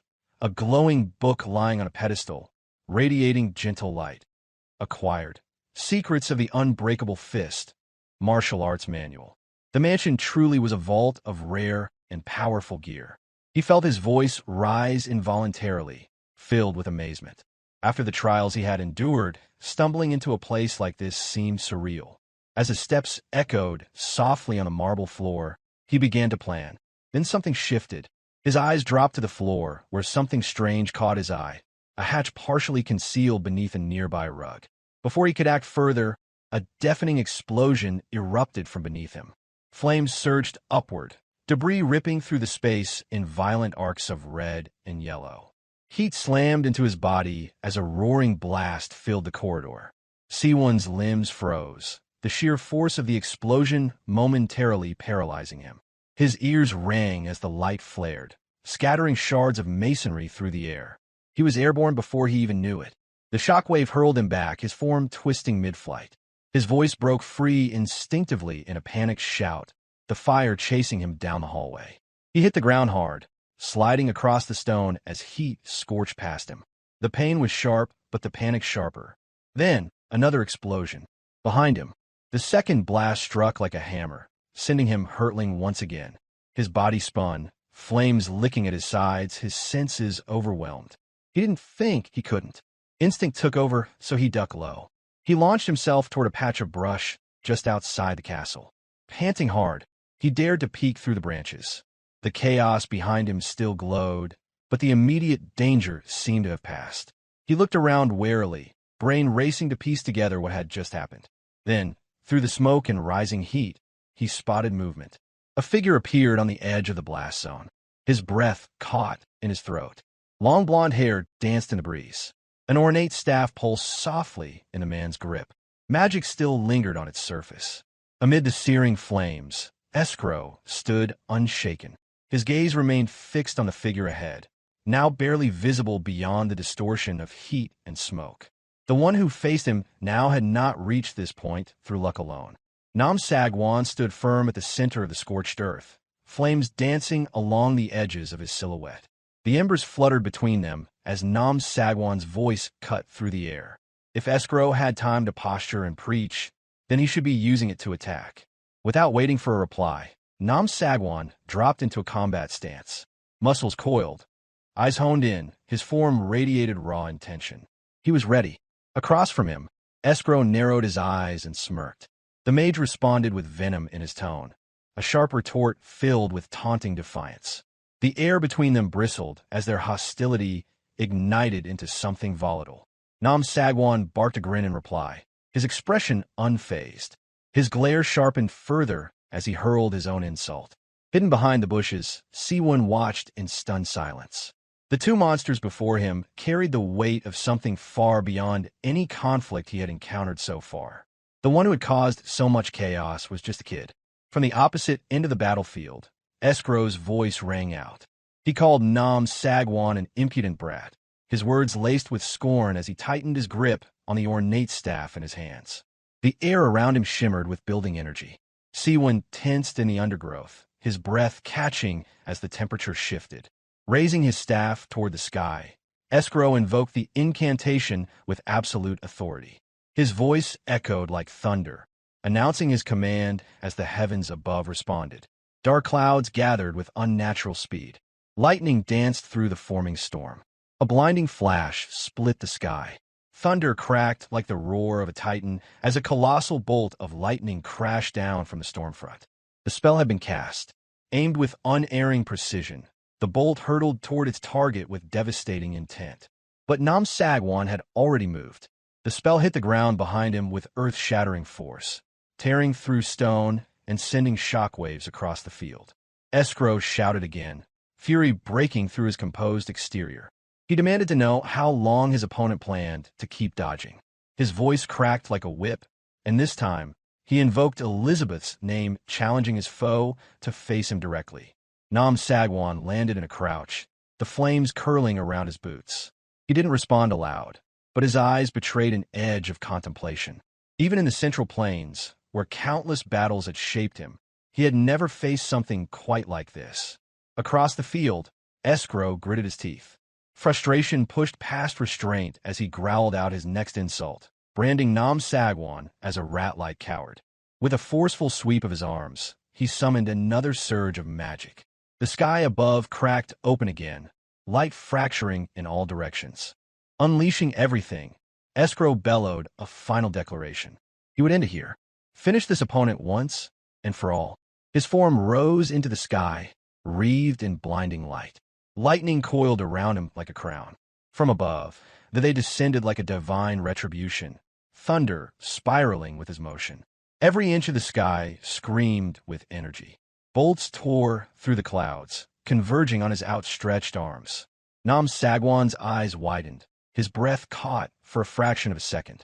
The sheer magnitude of the incoming force froze him in place. For a moment, even he faltered. Then instinct returned. At the last possible moment, he dove aside. The lightning struck where he had stood, obliterating the stone floor, and sending molten fragments in every direction. He rolled midair, eyes scanning the sky as the storm raged on. Electric arcs surged in every direction as Nam Sagwan twisted through them. Sparks grazed his side. Craters erupted behind him. The speed and intensity of his movements were nearly inhuman. Weaving through the magical onslaught, he pressed forward. Every dodge narrowed the gap. Instead of retreating, Nam Sagwan surged forward, upward, rising into the heart of the storm itself. Bolts of energy flashed past him, searing through the air, but he pressed on, his form cutting through the chaos with unwavering intent. The earth below was engulfed in blinding light as another bolt struck down, but Nam Sagwan did not falter. Power coiled around him, raw and electric. He twisted midair, preparing a counterstrike, his movements fluid and calculated. Escrow's eyes widened in disbelief as he watched the figure rise through the heart of the very storm he had summoned. Nam Sagwan had bypassed the devastating spell completely. Crackling blue energy surged through Nam Sagwan's arm as he launched his next move. His hand ignited with power, and his gaze locked onto Escrow without hesitation. Escrow moved forward, swinging the staff with sudden aggression. A furious shout accompanied the blow as he demanded his opponent fall before him. The staff met not resistance as it clashed with Nam Sagwan's strike. But something in Escrow's focus wavered. Alarmed, he realized it wasn't real. Whatever he had seen had only been an illusion. He inhaled sharply, calming himself midair and recentering his thoughts. Not far off, still concealed above in the foliage, Seowoon observed the battle unfold with tense anticipation. What caught him off guard, however, was not the duel, but the sudden change in the sky. Rain began to fall. Escrow hovered in the downpour, his expression unreadable beneath the veil of rain. Activating item detection yielded nothing. Nam Sagwan was gone. Somehow, without a trace, he had escaped. Realization dawned. His opponent had vanished beyond reach. The composure Escrow had fought to maintain finally cracked. Rage took hold. His voice tore through the storm as he screamed Nam Sagwan's name into the night, vowing to hunt him down, no matter the distance. Deep within the forest, Nam Sagwan ran. The rain soaked him to the bone, his breath ragged and shallow. Pain etched itself into every movement as he pushed through trees and mud, one hand pressed tightly against his side. That spell-casting bastard had caught him off guard. But there would be no next time like this one. Next time, it would end on his terms. With a cold glare, Nam Sagwan swore silently to end Escrow with his own hands. First, though, survival took precedence. He needed time to recover, to plan. His figure slipped through the woods, swallowed by the darkness and rain, disappearing beneath the glow of the full moon. Back near the battlefield, Escrow descended briefly, scanning the ground one last time before vanishing into the storm himself. Still hidden in the bushes, Seowoon watched silently. The reason he hadn't been spotted was simple. The cloak of invisibility he had equipped. Thanks to it, he had managed to avoid becoming collateral in the confrontation. With it, he had survived yet another day. After all the destruction, neither Escrow nor Nam Sagwan would likely return to this place soon. That worked in his favor. Through the curtain of rain, he spotted it. The hatch. He approached cautiously, inspecting the edges. Whether it was a vault or a dungeon, he couldn't yet tell, but something valuable lay beneath. Opening it slowly, he peered into the darkness below. A stone staircase wound deep into the earth, vanishing into the shadows. He murmured quietly, noting how deep it seemed. After a quick check to ensure there were no traps or signs of recent passage, he made his decision. Gripping a lantern he had looted days prior, Seowoon descended into the passage. Its glow pushed back the darkness, casting long shadows along the stone walls. The silence was absolute. At the base of the stairs, he reached out and hooked the lantern securely onto the wall, ready to enjoy whatever waited below. The gentle flicker of light illuminated the space ahead, revealing metal hooks, interlocking rings, and strange, unfamiliar tools, each arranged in precise order. After surveying the entire room, Seowoon came to a conclusion. It was a food storage warehouse. The realization sparked a subtle relief. In the end, it was exactly as he suspected. Only food. But in a world as unstable as this, that wasn't a bad outcome. If the space contained only provisions, it likely meant it had gone undisturbed. Roughly an hour later, Seowoon lay sprawled on the warehouse floor, fully fed. His limbs were stretched lazily across the ground, and his expression carried the peace of a man who had not eaten well in days. Still resting on the ground, he let his thoughts wander. A bit of white rice would have made it perfect, but beggars couldn't afford to be choosers. With a relaxed tone, he considered the timing. Perhaps now was finally the right moment to use the elixir. Opening his subspace, he retrieved the glowing martial arts manual as well. The object pulsed faintly in his hand, and a system message appeared before him. Book of the Unbreakable Fist. The system continued with a strange story. Mage, it said, had devoted his entire life to developing an unbeatable technique. After countless battles, his final record stood at 1,429 wins and 1,429 losses. The technique that consumed his entire life's effort left no legacy, no disciples. His martial art died, largely mocked and dismissed.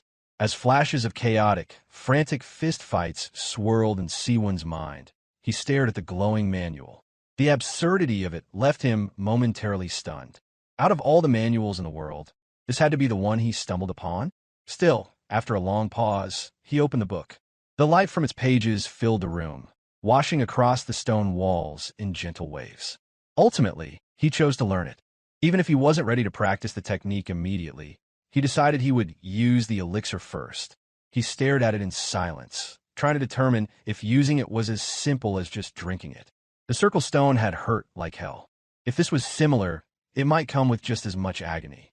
But strength was all that mattered now, and hesitation had no place here. With determination locked in his eyes, he raised the elixir and drank it in one long gulp. The effects were instantaneous. His eyes shot wide open, his body jolting upright as a violent surge erupted inside him.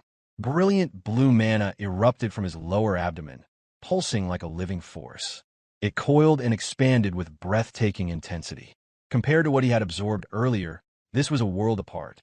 The mana now coursing through him was richer, heavier, and far more powerful. And then the side effects began.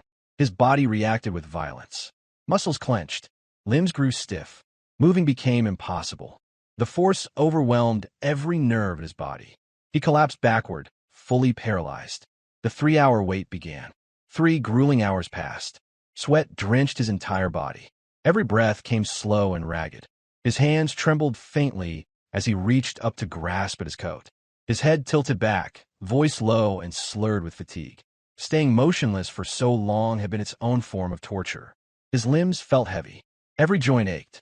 Lying there, he reflected on everything that had happened over the past week, most of it spent in hiding. And just today, he had avoided both the great Mage and Jin Seowoon. The mere fact that he had survived felt miraculous. Finally, the exhaustion became too much. Curled on the floor, he allowed his body to rest. Sleep claimed him almost immediately, pulling him into a dreamless state. The warehouse fell silent, disturbed only by the slow rhythm of his breath. Morning arrived. A chime rang sharply through the stillness, signaling a system message. A glowing screen materialized before him. Day 13 of the Cloyd Survival event. The heavy door to the warehouse creaked open with sudden force, pushing aside debris as light poured into the chamber. Seowoon stepped out into the morning air, adjusting his cloak. The sun rose above the treetops, casting a clear light over the forest floor. He wasn't surprised to find himself inside the restricted zone. Still weary, he called upon the system to show survivor list. The system responded instantly. A glowing screen blinked into existence. Names appeared in sequence. Seowoon scanned them, then paused. His eyes widened. One name had vanished from the list. Someone had been eliminated during the night, and he hadn't heard a thing. The realization struck hard. Seowoon stared at the glowing system screen, eyes wide in disbelief. The name listed as eliminated during the night left him frozen. Jang Dokyeon. The elder had died. His mind struggled to comprehend how someone like that could have met such an end. A question formed almost instinctively. Perhaps, thinking there was no imminent threat, the old man had attempted something absurd, an extreme training method, maybe one that went too far. His gaze swept across the shrinking map. Tension bled into his posture. The zone was closing in fast. Remaining in the top 10 meant avoiding elimination at all costs. Without hesitation, he walked forward, leaves scattering in his wake as he cut through the forest. His path was clear: survive, avoid combat, and hold position. For someone as comparatively weak as him, evasion and caution were the only means of survival. With his crossbow secured, Seowoon moved swiftly, eyes sharp, body tense. He knew his strengths lay not in power, but in foresight and endurance. If he wanted to climb the ranks, he needed to stay hidden, stay quiet, and stay out of fights. Then something shifted. His senses flared. His eyes snapped open wide as the entire world ahead of him erupted into light and heat. A massive explosion detonated just a few steps away, engulfing the path in a tidal wave of flame. The force was overwhelming. Instinct saved him. He dove to the side, landing hard, body scraping against the dirt. Shock still echoed through his chest as he struggled to sit up. His breath came in ragged bursts. He had nearly been incinerated. There was no mistaking it. The scale, the heat, the devastation. Only one person could have cast a spell like that. A name surfaced in his mind, and his breath caught. It could only be one person. Through the smoke and scorched air, a lone figure emerged from the epicenter of the blast. As the flames died down, the extent of the destruction became clear. The damage was monumental. Standing amidst the aftermath, framed by embers and ash, was a single figure. Escrow. The great mage stepped forward, eyes narrowing as he scanned the clearing. Something had tripped his item detection. At first, he had assumed it might be Nam Sagwan, but this was someone else entirely. Seowoon gritted his teeth, frustration twisting across his face. He had allowed himself to get distracted, caught up in the exhilaration of his recently awakened inner energy, and had completely ignored his surroundings. Escrow addressed him calmly. He asked if Seowoon had any idea where Nam Sagwan might be. Seowoon said nothing. Neither of them knew. Behind a nearby tree, perfectly still, someone was listening. Nam Sagwan remained hidden, just out of view. Escrow's voice sharpened. With deliberate calm, he raised his staff. If the stranger before him knew nothing, then he had no use. The two's interaction amused the veiled figure, making his grin widened in the shadows. Escrow vowed to release Seowoon only if he revealed the exact location of Nam Sagwan. Still, Escrow planned to kill him regardless of the answer. Letting Seowoon go would only become a nuisance later, and Escrow knew he couldn't afford that risk. Seowoon responded sharply, pointing out that they had just met and questioning what Escrow was implying. He was genuinely confused, insisting he had no idea where Nam Sagwan could be hiding. Escrow narrowed his eyes and said that Seowoon and Nam Sagwan seemed to come from a similar region. He mused grimly that if Seowoon truly didn't know where Sagwan was, then he would have no choice but to kill him on the spot. At that very moment, Seowoon caught sight of something rapidly tearing through the air, coming from behind the mage.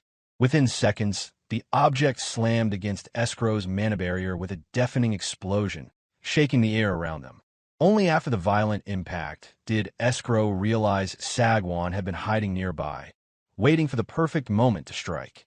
Sagwan spoke aloud confidently, announcing that he had fully recovered from his injuries. He also noted with a smirk that Escrow didn't seem to lack any mana either. Seowoon could only curse silently in his mind, bewildered about where Sagwan had appeared from out of nowhere. Sagwan's excitement was evident as his fist began to glow with a raw, powerful energy. He prepared to land another devastating punch, determined to finish the mage once and for all. Escrow wasn't like the others he had faced before. He raised his staff defensively and put up a fight, but his mana barrier shattered in an instant under Sagwan's strike. Yet, Escrow scoffed arrogantly, questioning how such a simple attack could possibly harm someone like him. Then blood started to spill. Sagwan was a skilled martial artist, and his speed far surpassed that of the mage. He spoke aloud, asking if Escrow had ever heard of enhanced energy, a rare martial art underarm energy that few had ever mastered. Sagwan went on to say that Escrow was the first person he had ever demonstrated this technique to in battle, telling him to consider himself honored. Without any resistance, Sagwan's arm passed through Escrow's neck. As he pulled back, blood sprayed freely while the mage screamed in pain without restraint. Escrow clutched his bloodied neck desperately, struggling to hold on as Sagwan declared that he wouldn't be chanting annoying spells anymore with a hole in his neck. Sagwan remarked that it was expected for someone like Escuro, the Archmage, to make it into the top 5 fighters. Still, meeting Sagwan would become his greatest regret.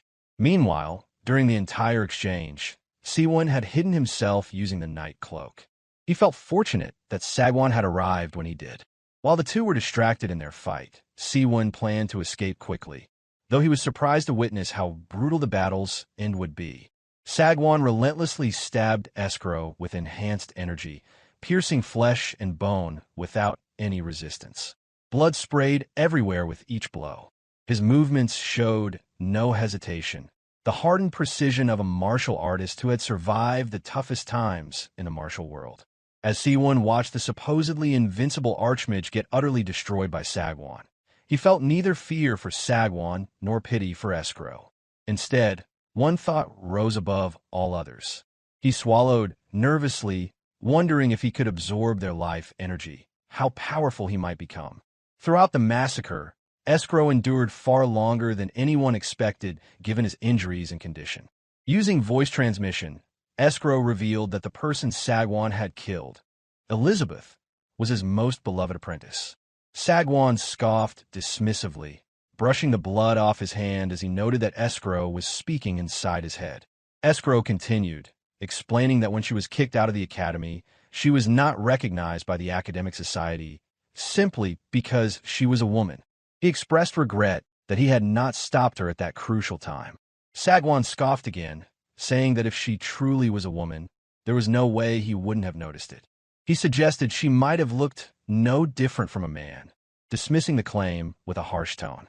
A sinister smile slowly spread across Escuro's bloodied and battered lips as he declared that now he could finally silence Sagwan's filthy mouth for good. Sagwan remained completely unaware of the mage's true intentions. Nearby, Seowoon caught sight of something shifting behind the thick clouds. Suddenly, the entire area lit up with an eerie glow, and Seowoon could only wonder what mysterious force was hidden behind those glowing clouds above. As if the sun itself were slowly descending, the clouds covering the area began to brighten ominously. The moment the meteor broke through the cloud line, a massive fiery object plunged through the air with terrifying speed. The mage had summoned something capable of devastating the entire area in the blink of an eye. Escuro stood completely emotionless, having already cast his spell. All that remained was to watch it burn the man who had killed his beloved disciple. Sagwan cursed bitterly under his breath, questioning how Escuro could be casting a spell in such a weakened and battered state, noting with disbelief that he couldn't even properly chant anymore. Through voice transmission, Escuro's cold voice rang out, declaring it to be the ultimate spell only an Archmage could cast. Armageddon, paid for with both mana and life energy. The searing heat quickly became unbearable, and Sagwan darted away, desperately trying to escape the impact zone while hurling furious curses at Escuro, calling him an insane bastard. Seowoon was already on his feet, scrambling to flee as well, regretting his choice to watch instead of running earlier. At the moment of impact, Escuro expressed softly how nice it would be to see Elizabeth again. His form began to disintegrate, his final wish to see her one last time. Once his form fully vanished, only a wooden box remained where he had stood, marking the moment Escuro was sent back to the lobby. The meteor collided violently with the ground, causing a massive explosion and fire that radiated outward without any restraint. From a distance, another elf watched the devastating spell descend into the earth, musing thoughtfully that whoever wielded such power must be someone he was very familiar with. After the impact, Seowoon lay bloodied and barely clinging to life. He cursed himself bitterly, thinking that if he had fled earlier, he might have escaped unscathed. His greed for the mage's life energy had cost him dearly. With his remaining strength, he reached into his subspace inventory and pulled out a healing scroll. He was determined not to die a meaningless death in this place. Using his mouth, he carefully tore open several healing scrolls. Thanks to his meticulous looting, he had plenty of these. Otherwise, he would have surely bled out and died. Afterward, he crawled away from the devastation, barely making it out alive. The elixir he had consumed earlier helped him hold on and escape the center of the impact zone. Still, he cursed silently at the lingering pain that refused to fade, even after healing himself. Breaking a few more healing scrolls, Seowoon finally managed to stand and breathe more easily. Looking around, he realized he had burned through nearly all his saved healing scrolls and would now need to farm more. He opened the player count window, and, with a soft chime, the notification appeared. It informed him that escrow had died at Sagwan's hands. Seowoon felt a deep pang of regret that he had failed to steal the mage's life energy, seemingly forgetting how close he had come to death moments earlier. Something else caught his attention. The notification that Sagwan had died was nowhere to be found, suggesting the martial artist was still alive. Then Seowoon heard it, a desperate cry for help. With a rustle of foliage, Seowoon cautiously moved toward the direction for which the faint, desperate cry for help echoed. Each step brought the sound into sharper focus, growing louder and more urgent. The moment Seowoon brushed aside the thick leaves, he finally saw the scene before him. Sagwan lay barely alive on the ground, his limbs severed and mangled, his blood soaking the earth in a vivid crimson. Despite his pain, he struggled to tear open a healing scroll clenched between his teeth. Just one scroll was enough to help restore the circulation of his life energy. Realization dawned on Seowoon. Of course, it would have been nearly impossible to dodge a meteor aimed directly at him. Now, with both arms useless, Sagwan was powerless to open the healing scroll himself. Sagwan cried out, his voice weak but determined, that he couldn't die like this. Calling out feebly to Seowoon, he pleaded for help in tearing open the healing scroll. Seowoon simply asked whether he was truly Nam Sagwan. The martial artist jolted in surprise that someone had recognized him. Seowoon continued, saying he had always wondered what kind of gear Sagwan used to become so strong every time his name appeared in the kill log.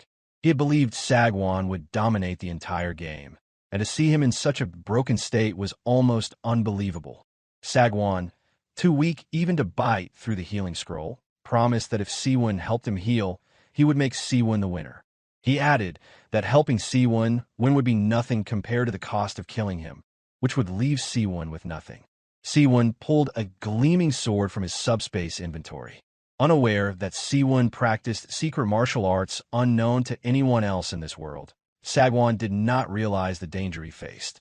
Seowoon believed that by acquiring Sagwan's items and life energy, he could aim for the top ranks. With a confident smile, he raised his sword high, envisioning all the possibilities. Sagwan pleaded once more, warning that if Seowoon killed him, he wouldn't be able to handle the other powerful players waiting in the wings. He explained that he possessed few items, and his martial arts skills were not learned in this world. Seowoon mused that at least he should know the man he was about to kill, introducing himself as Jin Seowoon. Sagwan screamed in desperation, accepting that this might be his final moment, but he vowed never to forget what Seowoon had done for him. Without hesitation, Seowoon drove his sword towards Sagwan's brain. The scream abruptly ceased, and silence descended upon the battleground. That was how Seowoon, a man who had barely matched such a martial artist, managed to steal such a formidable figure. Seowoon cursed the strange circumstances, feeling guilty because Sagwan's appearance was almost childlike. Then he felt it. The life energy that had belonged to Sagwan surged powerfully toward him. The martial art bestowed by an elder allowed Seowoon to sense and absorb his enemy's life energy. As he absorbed it, he mused aloud at the immense amount rushing into his body.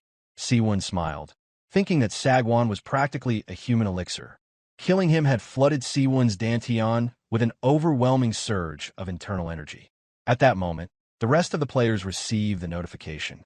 The expert at hiding, the distant warrior, the hero from a fantasy world, and the elf archer on their adventure all saw that Nam Sagwan had been slain by Jin Seawoon, leaving only 8 players remaining on the battleground. Perched on a massive tree branch, the elf mused aloud that with the tiger slain, the foxes would now run rampant. Seowoon couldn't help but to stood in awe of the immense strength coursing through him. The internal energy he had absorbed from Nam Sagwan was nothing short of extraordinary. With such power at his disposal, he felt invincible, confident he could now stand his ground against any adversary. He then shifted his attention to the wooden box that had appeared where Nam Sagwan's body had vanished. As he opened it, he reflected on Nam Sagwan's formidable strength. Surely, someone of that caliber wouldn't have wasted time farming for regular loot. A hint of disappointment lingered in his thoughts, anticipating an empty chest. However, his breath caught as he gazed upon the chest's contents. Inside were several rings, once worn by Nam Sagwan. One after another, Seowoon slid them onto his fingers, feeling his power surge with each new piece. The rings, rare-class items, offered significant boosts: agility, strength, stamina, and magic resistance, with two identical ones enhancing the latter substantially. Sensing the immense stat gains, Seowoon reflected on Nam Sagwan's hypocrisy, recalling the martial artist's disdain for relying on gear despite his possession of such powerful items. After equipping the rings, Seowoon checked his character window. His status as both martial artist and mage was already formidable, but now, bolstered by his new equipment, his attributes had become monstrous. A burst of joy lit up his face as he celebrated his new strength, confident that victory in the game was within reach. Alongside the rings, he also possessed the elusive knight cloak, a garment so rare that few could detect its wearer. Among the spoils were several martial arts manuals, though they remained inaccessible due to their requirement for a specific internal cultivation technique. As he contemplated this, Seowoon sensed an approaching presence from behind.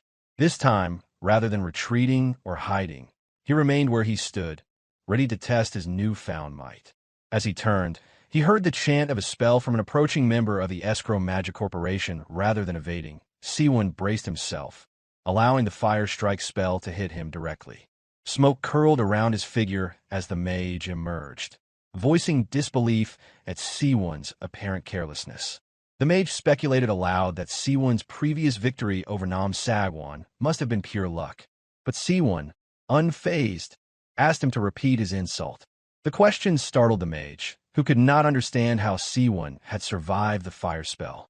Thanks to the dual magic resistance rings, which granted him a total of 90 points of resistance, the damage had been negligible.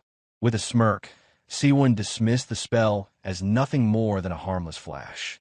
He then began walking toward the mage. The sight of his approach sent the caster into a panic, demanding he stop and accusing him of trickery. The mage raised his staff, threatening a more powerful spell if Seowoon advanced any further. Seowoon continued being unfazed, knowing full well that only Escrow himself might pose a threat, and even then, at the cost of his own life. That battle had already concluded. Confidently, Seowoon surmised that no spell from this mage could truly harm him now. The mage unleashed his spell. A fiery explosion burst forth, striking Seowoon directly in the chest. But once again, he remained unharmed, his magic resistance absorbing most of the damage. In response, Seowoon drew back his arm, forming a solid fist. With calm determination, he invoked the martial technique he intended to use, Peerless Fist Technique, Straight Severing Move. Seowoon's fist connected directly with the mage's chest, and a massive surge of internal energy exploded at the point of contact. The result was immediate and devastating. The mage's chest collapsed inward, his body violently thrown back as he coughed up blood, the sheer force of the strike launching him into a nearby tree with a sickening thud. Even Seowoon himself was taken aback by the overwhelming effect of the blow. He hadn't expected the technique, introduced as dismissed as weak and ineffective, to yield such a result. He reasoned that its surprising strength stemmed not from the skill itself, but from the considerable volume of internal energy he had absorbed. In addition to the rare class rings now adorning his fingers, each boosting his stats dramatically, he had become a combatant of an entirely new caliber. The mage's health dropped to 0, and his form dissolved into radiant particles of light. A familiar notification sounded, indicating only 7 players remained in the match. The mage, Jahark, had been eliminated by a single martial technique. A wooden loot box appeared, along with a residue of vital energy. Seowoon wasted no time. He absorbed the vital energy and opened the box, confirming what he suspected. His magic resistance was so high that earlier spells had barely scratched him. With his resistances, agility, and stamina drastically enhanced, he was more prepared than ever for what lay ahead. He threw his night cloak back on, fading into the darkness like a shadow. He considered that with Seowoon eliminated, those who had stayed hidden would now begin to show themselves. But he was not the only one aware of this shift. Others would surely act, and tonight's battles would be long and brutal. Moving swiftly, he climbed into the treetops, just as the elder who had taught him martial arts once had. His steps were light, deliberate, each movement a quiet tribute to the man who had given him the tools to survive. As he traversed the canopy, a soft smile touched his lips. A silent promise passed through his mind as he offered his gratitude to the elder, which was to win this round, no matter what. An hour later, the atmosphere within the safe zone was calm, though it held the tension of an impending storm. Seowoon perched himself atop the tallest tree, completely cloaked, his eyes scanning the dark forest below. He had become a prime target by taking out one of the strongest players. His position was now not just one of strength, but also danger. Down below, Stanko, an enraged warrior and ally of Jahark, shouted furiously into the night. His voice echoed through the woods, demanding Seowoon reveal himself and face him in open combat. He hurled slurs and curses at every player he assumed was hiding. Seowoon remained perfectly still, clinging to the tree trunk with calm demeanor. He found the noise grating, internally remarking how loud someone could be in the dead of night. Stanko stood on a clearing, sword resting on his shoulder. He called out again, branding his unseen opponents as cowards. He dared them to fight, claiming that he alone was unafraid. Suddenly, a flash streaked through the darkness, a projectile moving at incredible speed. As it entered his awareness, Stanko instinctively raised his blade. The arrow struck with a brilliant crash, a loud ringing like shattered crystal filling the air. The aura-charged arrow, brimming with lightning, had been blocked just in time. He roared again, now in fury rather than pride, cursing the hidden attacker for cowardice and demanding a fair duel. It was a foolish demand, of course. No archer would willingly face a warrior in close quarters. Meanwhile, Seowoon remained hidden, quietly wondering who had launched the attack. Moments later, Stanko muttered a name, Jiro. The tone in his voice had changed, no longer mocking, but filled with reluctant admiration. Up above, his gaze found its mark. An elf with a bow stood on a branch, poised with another arrow nocked. Jiro looked down with an expression of calm resolve. He asked Stanko if he recognized him. Stanko replied that he did, noting that even fools in the mercenary world knew of the divine archer's exploits. The legend of Jiro had long been etched into the lore of the land. Stanko proposed a temporary alliance, reasoning that the archer likely intended to win the competition. He suggested they work together to eliminate Seowoon first. Jiro responded with a thoughtful hum, his interest apparently piqued by the offer, though his expression remained unreadable beneath the moonlit canopy. With effortless grace, the archer descended from the tree. His landing was so light that it gave the illusion of magical support, as if gravity itself bent to his will. Pleased with the apparent success of his ruse, Stanko praised Jiro's judgment. He introduced himself as a seasoned mercenary affiliated with a prominent adventurer guild, one whose exploits had earned some fame among lower-ranking fighters. With confidence, he asserted that his name carried weight and assured the archer that their collaboration would not be regretted. Jiro stood motionless, offering a slight word of affirmation as the only sign of his agreement. A smirk spread across Stanko's face as he indulged in the belief that the famed divine archer had been easily manipulated. He inwardly scoffed at the archer's naivety, convinced that Jiro was merely another gullible fighter drawn in by promises of tactical advantage. It was to him almost too easy, yet Jiro focus lay elsewhere. He was in the midst of executing a timed maneuver that had nothing to do with trust or conversation. As he counted silently on his fingers, he realized that his estimation had been off by a few seconds. Raising his head to reassess, he saw Stanko's sword already in motion, aimed directly at him. Stanko charged forward with absolute certainty, convinced that close-range combat played to his advantage. He scoffed internally at the archer's supposed miscalculation.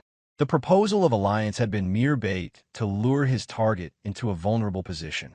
With a burst of energy and a sharp breath, he swung his blade and shouted internally for Juro Kwana to fall and relinquish his items. Juro Kwana remained completely composed.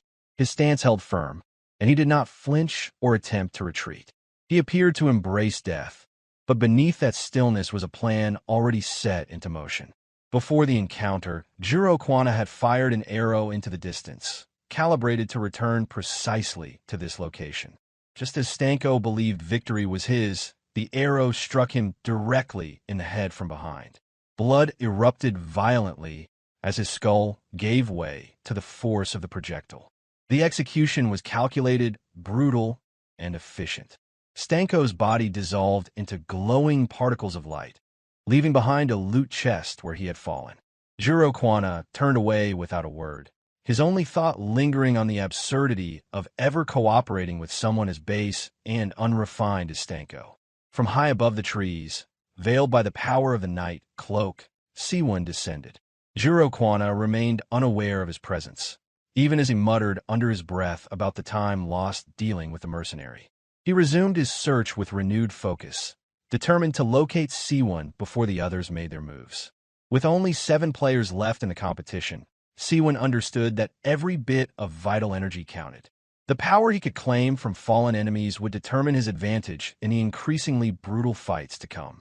He extended his hand and began to absorb the vital essence that lingered from Stanko's demise. Despite his desire to hasten the process, it moved at its own methodical pace.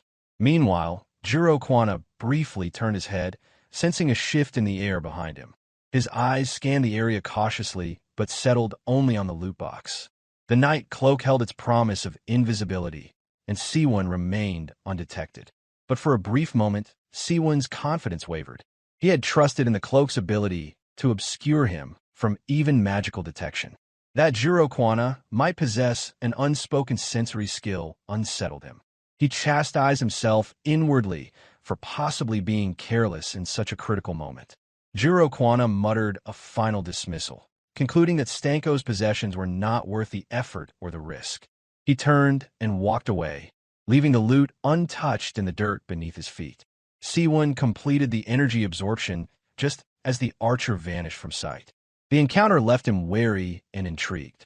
Juro Kwana's perceptiveness was unexpected, and Seawoon made a mental note never to underestimate the divine archer again. He filed away the archer's name as the next true obstacle in the path to claiming victory, knowing the challenge ahead would be nothing short of monumental. Across the distance, the barrier surrounding the safe zone continued to contract inward. Trees that once stood within its boundary now lay beyond its protection. Hidden beneath the enchantment of the night cloak, Seawoon moved swiftly through the dense forest, pushing deeper into the diminishing zone. Only 6 survivors remained on the stage, and though 87 days still remained, the accelerated pace at which the zone shrank was unmistakable. He considered the likelihood that the rate of contraction adjusted dynamically to the number of players left alive. His sprint came to an abrupt halt as he reached an open plain. There, at the center of the clearing, a lone figure stood still, shrouded in shadow. Caution took hold, prompting Seawoon to stop completely. He evaluated that a fight here would inevitably attract the attention of any other nearby survivors. The area was too exposed. Suddenly, a rapid whooshing sound sliced through the air. A volley of magic arrows streaked toward his position. He turned instinctively, catching the sound just in time. Without it, the ambush would have caught him unaware. The light arrows exploded against the spot he had just vacated, as Seawoon narrowly evaded the attack with a quick leap to the side. Once on solid ground again, he confirmed what he already knew. The arrows had been precisely aimed at him. A chilling realization followed. His presence should have been completely masked by the night cloak. The attacker shouldn't have been able to detect him at all. Before he could fully process the thought, he looked up and saw another formation of magical energy gathering in the sky, preparing for a second assault. A silent curse echoed in his mind. There were too many projectiles now, and evading them all would be impossible. Dropping the concealment of his cloak, Seowoon assumed a combat stance. The only option left was to face the barrage head-on with martial force. There was no time to retreat. Backed into a corner, he chose to rely on his accumulated inner energy. Drawing deeply from the reserves housed in his core, Seowoon released a surge of power into his fist. With a defiant cry, he launched into Piercing Fist, a foundational move from the first chapter of the Unstoppable Fist technique. His energy collided with a cluster of incoming light arrows in a tremendous explosion. The shockwave scattered the attack, breaking the arrows into countless fragments that drifted harmlessly through the air. For a fleeting moment, Seowoon stood in awe. He had not expected to repel the assault so effectively and was briefly struck by how much stronger he had become. Strength surged into his legs as he launched himself into the air, determined to locate the source of the ambush. The power coursing through him made the movement feel effortless. The higher he climbed, the more of the forest unfolded beneath him. In moments, movement in the tree line caught his eye. Concealed in the shadows, a mage crouched low, clearly the one responsible for the magical attack. Stunned to see Seowoon unharmed, the mage muttered a curse under his breath. Every drop of mana had been poured into the spell, yet the target had emerged without injury. But the situation had already shifted.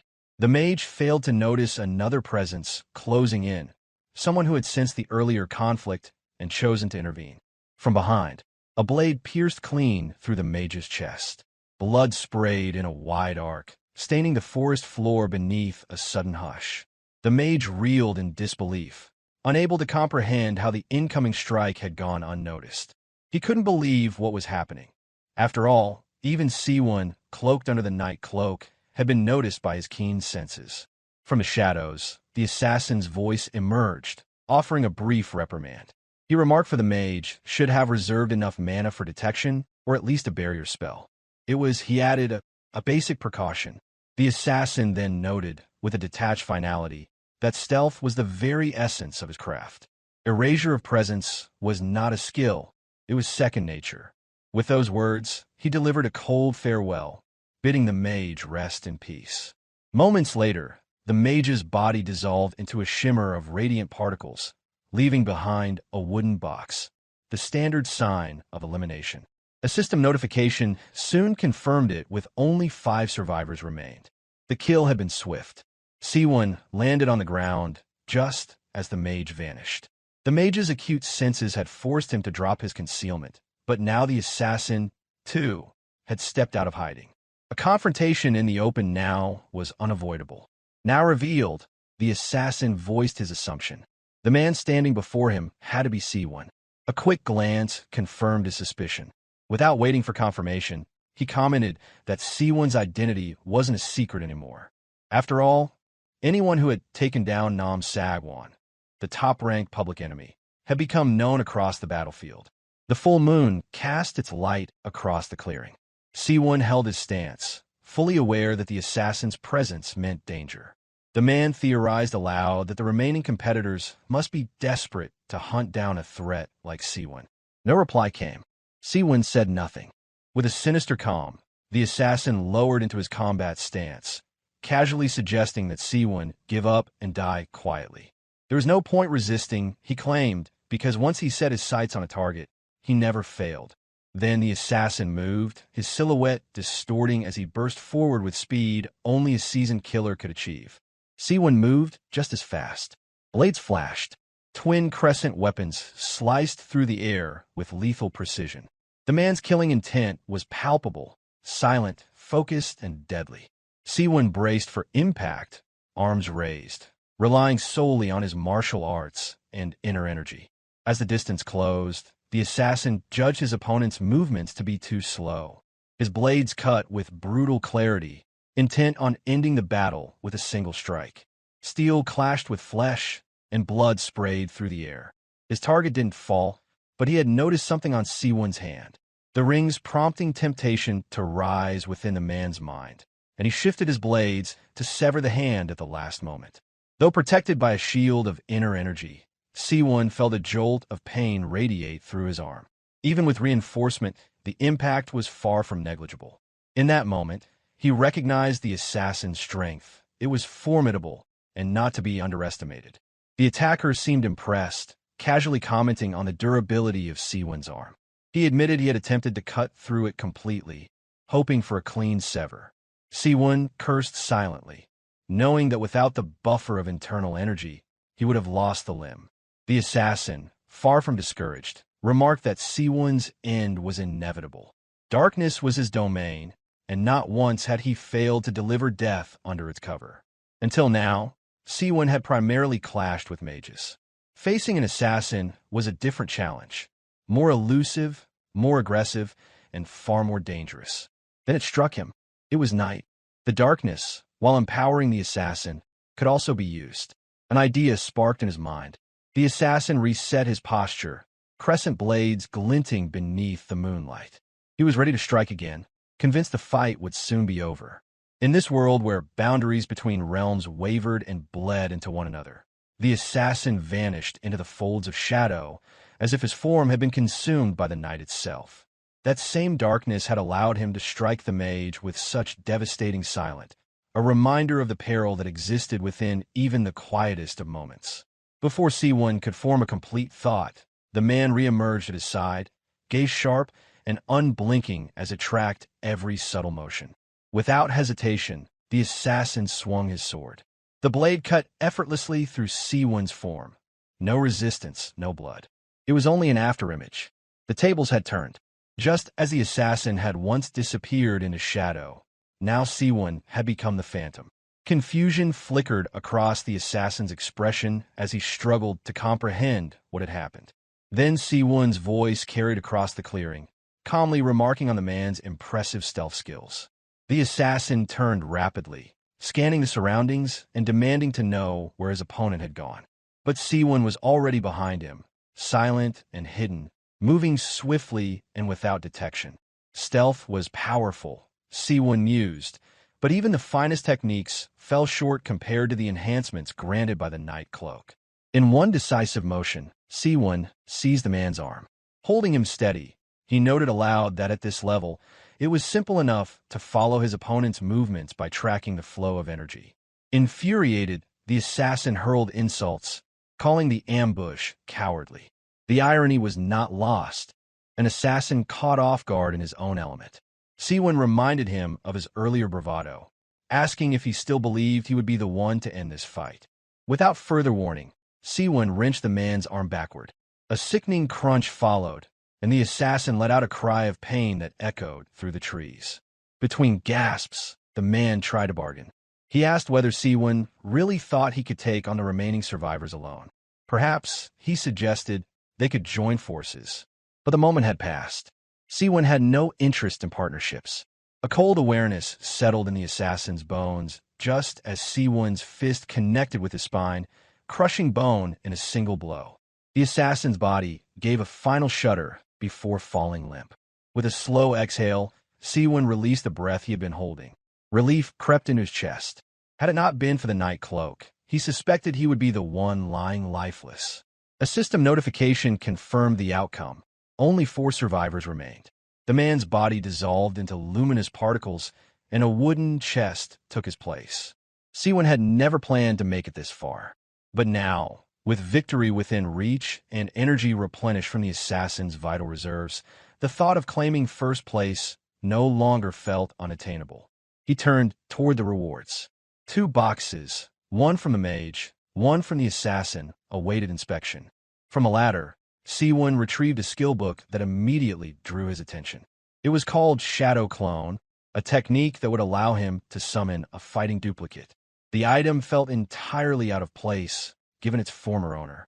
As he examined the manual, the system prompted him to confirm whether he wished to learn it. He accepted without hesitation, and a sense of gratitude followed. The assassin had lacked knowledge of internal energy techniques. If he had combined that skill book with proper energy manipulation, the fight might have ended very differently. Seowoon then opened the mage's chest and uncovered another tome called the Eye of Carmen. It was a powerful detection spell, one capable of penetrating even the highest forms of concealment. Unfortunately, Seowoon's current magical development wasn't high enough to use it, but the revelation explained much. The mage had been able to spot him even while he was veiled in the depths of the night cloak's shadow. A whisper of motion pierced the stillness as an arrow sliced through the air, its trajectory aimed with ruthless precision at Seowoon's head. With the faintest tilt, he shifted just enough for the arrow to graze his cheek, drawing a thin line of blood that flicked away into the night.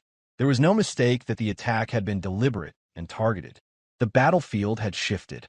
The remaining survivors, having learned of Nam Sagwan's demise, now moved with a boldness as though the arena belonged to them. Among them, Seowoon recalled only one who wielded a bow with such skill, the archer from a previous encounter. Before he could reflect further, the sky erupted. A massive glacier roared across the skies, splitting the dark and lighting up the landscape in a spectral glow. He barely had time to breathe, and another attacker had entered the fray.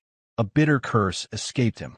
This brand of magic was unfamiliar, colder, and more alien than anything he had faced before. Whoever unleashed it was no ordinary combatant. There was no time to retreat. Realizing this, he focused all his inner strength into his fist. The energy gathered, his arm enveloped in a bluish hue, and he executed the ultimate piercing fist, an advanced technique from the unstoppable fist style. His blow met the glacier head-on. With a thunderous crack that echoed across the night, the massive glacier crumbled upon impact, unable to withstand the sheer force concentrated in Seowoon's strike.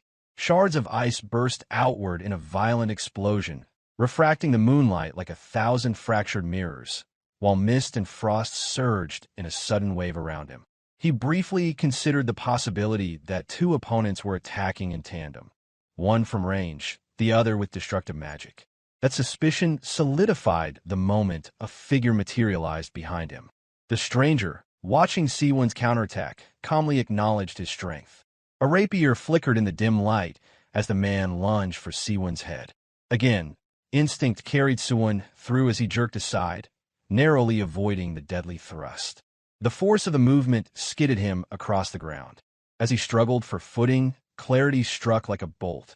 This wasn't a random attack. It was a coordinated assault. The survivors had turned against him. Rising, he steadied himself as the man with the rapier addressed him directly, stating that his fortune had finally run dry. Standing at the man's flank were two others. One was Mage wrapped in ragged robes, the other an elf with a bow drawn. Sunturk, the king of Kruzan. Garen, the right arm of the Demon King. Juro Kwana, the divine archer. All converging with a single goal, eliminating the one who had felled Nam Sagwan. Against them stood Seowoon, a man of no lineage, no title, armed only with resolve. The balance was dire. Even the night cloak, once his greatest asset in darkness, had lost its edge against such legendary adversaries. Scanning the field, surrounded and outnumbered, all he could do was curse in silence. Being ganged up on always brought frustration, and Seowoon had landed squarely in that predicament. Three opponents had converged on him, a knight taking the front line, an archer poised from afar, and a mage lurking just behind. As realization struck, Seowoon quietly muttered a curse beneath his breath. Victory had been within reach, yet fate decided to intervene with an encounter against teamers. To dismantle a team like this, the most effective method would be to sow discord and force betrayal among them.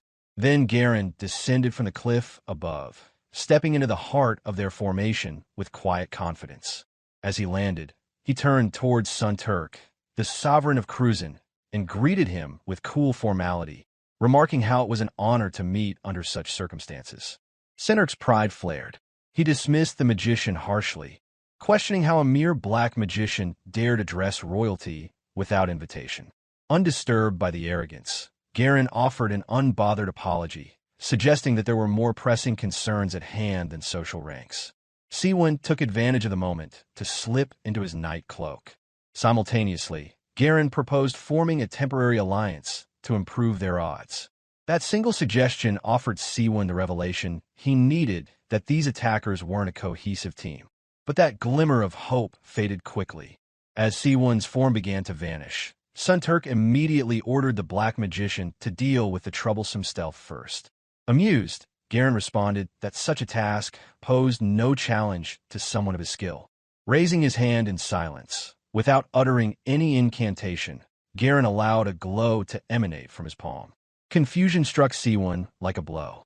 He hadn't even settled on which of the three opponents to engage first, yet they were already cooperating. That fleeting uncertainty cost him dearly. Light erupted on the battlefield like the rise of a miniature sun. Shadows evaporated instantly, and Seowoon's cloaked figure stood exposed in plain view. Garen observed with a smirk that Seowoon no longer had darkness to conceal him. Even Santur conceded, albeit begrudgingly, that the black magician had shown unexpected intelligence.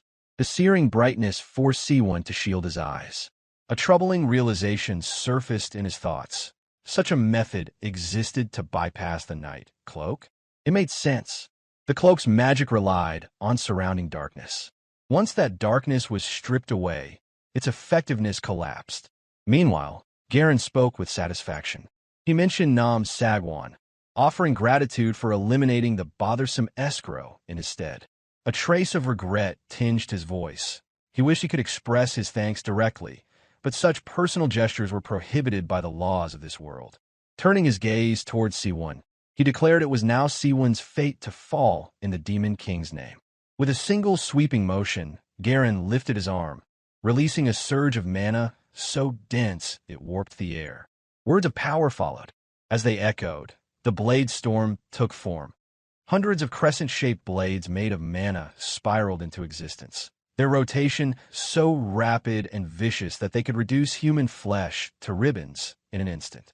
The wind itself seemed to flee the center of the spell's formation. Watching the storm gather force, Seowoon considered a crucial fact. Most mages faltered under pressure in close quarters. If that held true here, it would be his only chance. Without hesitation, he charged toward the black magician. The air rippled as he dashed forward. In his thoughts, one risk loomed above all. If Garen triggered that massive spell while he stood too near, the mage might suffer its backlash. That vulnerability, slim though it was, could be the key. Yet Garen met his charge with cold poise. Pointing directly to the spell's nucleus, he repositioned the blade storm to meet Seowoon's approach. His voice rang out, filled with disdain, belittling Seowoon's ignorance and announcing that only death awaited him now. Despite the whirling chaos of enchanted blades slashing through the air, Seowoon did not waver. He dashed ahead, unflinching.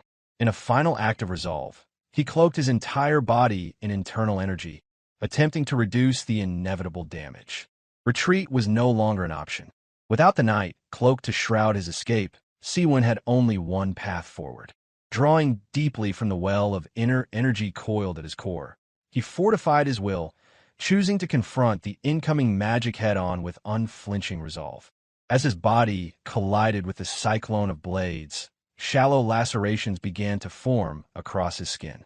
Each cut bit into his flesh, but Seowoon held firm, channeling his internal strength to push through the onslaught.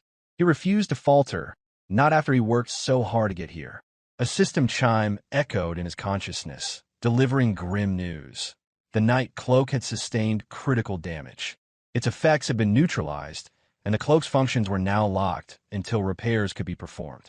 Yet this, in his mind, was secondary.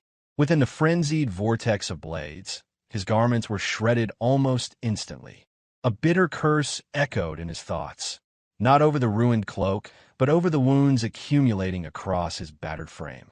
The price of pressing forward was being paid in flesh and blood. Outside the storm, Garen observed calmly. In his mind, Seowoon had surely been reduced to mincemeat, atomized by the blade storm. He concluded that no one could survive that. The density of mana-infused blades within a maelstrom was so overwhelming that even his own eyes could not penetrate it. Then his confidence cracked. A surge of martial energy reached his senses. Seowoon had activated a fist-based martial art technique. Within the roaring tempest, a guttural groan escaped Seowoon's lips. His muscles seized with pain, and his entire body tensed as he stepped forward through the blade storm. Against all odds, his form remained intact, though battered and soaked in blood. One thought alone burned in his mind: to deliver his technique at all costs. In that moment of resolve, he unleashed the full extent of his silent, high-speed movement technique. His form flickered, leaving behind brief afterimages as he hurtled through the final rings of magical carnage. To the Black Magician's eyes, the martial artist seemed to grow in stature. His bloody body radiated menace, every fiber of Seowoon's being focused on a singular goal: land the blow. His blood-soaked face remained stern, his eyes gleamed with ferocity, and his clenched fist shimmered with internal energy. The sheer force of his intent caused Garen to hesitate, if only for a breath. But the moment passed quickly. Having long been seasoned in the sight of blood and death, Garen dismissed it with a scoff. He mused that Seowoon's arrogance knew no bounds. Without delay, he waved his hand to summon a new spell of chaos magic, Dead Man's Hand. Beneath them, the earth convulsed violently. Jagged fissures opened up, and from the darkness within, numerous grotesque hands clawed their way upward. The crowd control magic surged to life, the skeletal limbs grasping hungrily toward their target. Faced with this sudden constraint, Seowoon had no choice but to halt his advance. Compared to the mages he had encountered before, the current adversaries stood in a different league altogether. Time seemed to dilate in that instant. Seowoon seized the opportunity to invoke another technique, Silent Phantom Step. From the shadows, a clone of his form emerged, crafted from martial energy. The phantom took his place and faced the grasping hands of the chaos spell. Garen reeled momentarily in astonishment. He had misjudged Seowoon, assuming him to be nothing more than a brawler with flashy punches. This technique, deft and refined, caught him off guard. Still, he dismissed it as a mere parlor trick, insufficient to alter the outcome. Then the original Seowoon emerged from the afterimage, now positioned directly before the Black Magician. His fist, now charged with condensed killing intent, prepared to strike. In response, Garen whispered the incantation for a protective barrier. But before the shield could fully form, a flash of silver streaked across the battlefield. Sunturk had acted. In a display of elegant lethality, his rapier pierced clean through Seowoon's back, continuing after tearing a gaping wound through Garen's chest. One precise thrust, two bodies skewered. The destructive force unleashed was beyond comprehension, considering the weapon's slender form. To Seowoon, it felt less like a sword and more like a divine pillar had impaled him. Garen began to dissipate as life slipped away from his body, the flesh vanishing into drifting particles of light. In his final moments, he reflected bitterly on what had transpired. For someone hailed as a king to resort to such cowardice. Perhaps the whispers had been true all along. Berserkers truly knew no honor. King Sunturk of Kruzan, widely feared and respected under the battlefield title Berserker of War. In his mind, victory remained the highest form of honor. The idea of collaboration had never truly existed. Not once had he agreed to fight alongside the Black Magician. With measured calm, Sunturk offered a sarcastic thanks for the elimination of what he called irritating garbage. A notification blinked before him, confirming that Garen had indeed been removed from the field. Yet the message barely registered in his mind, as if it held no weight.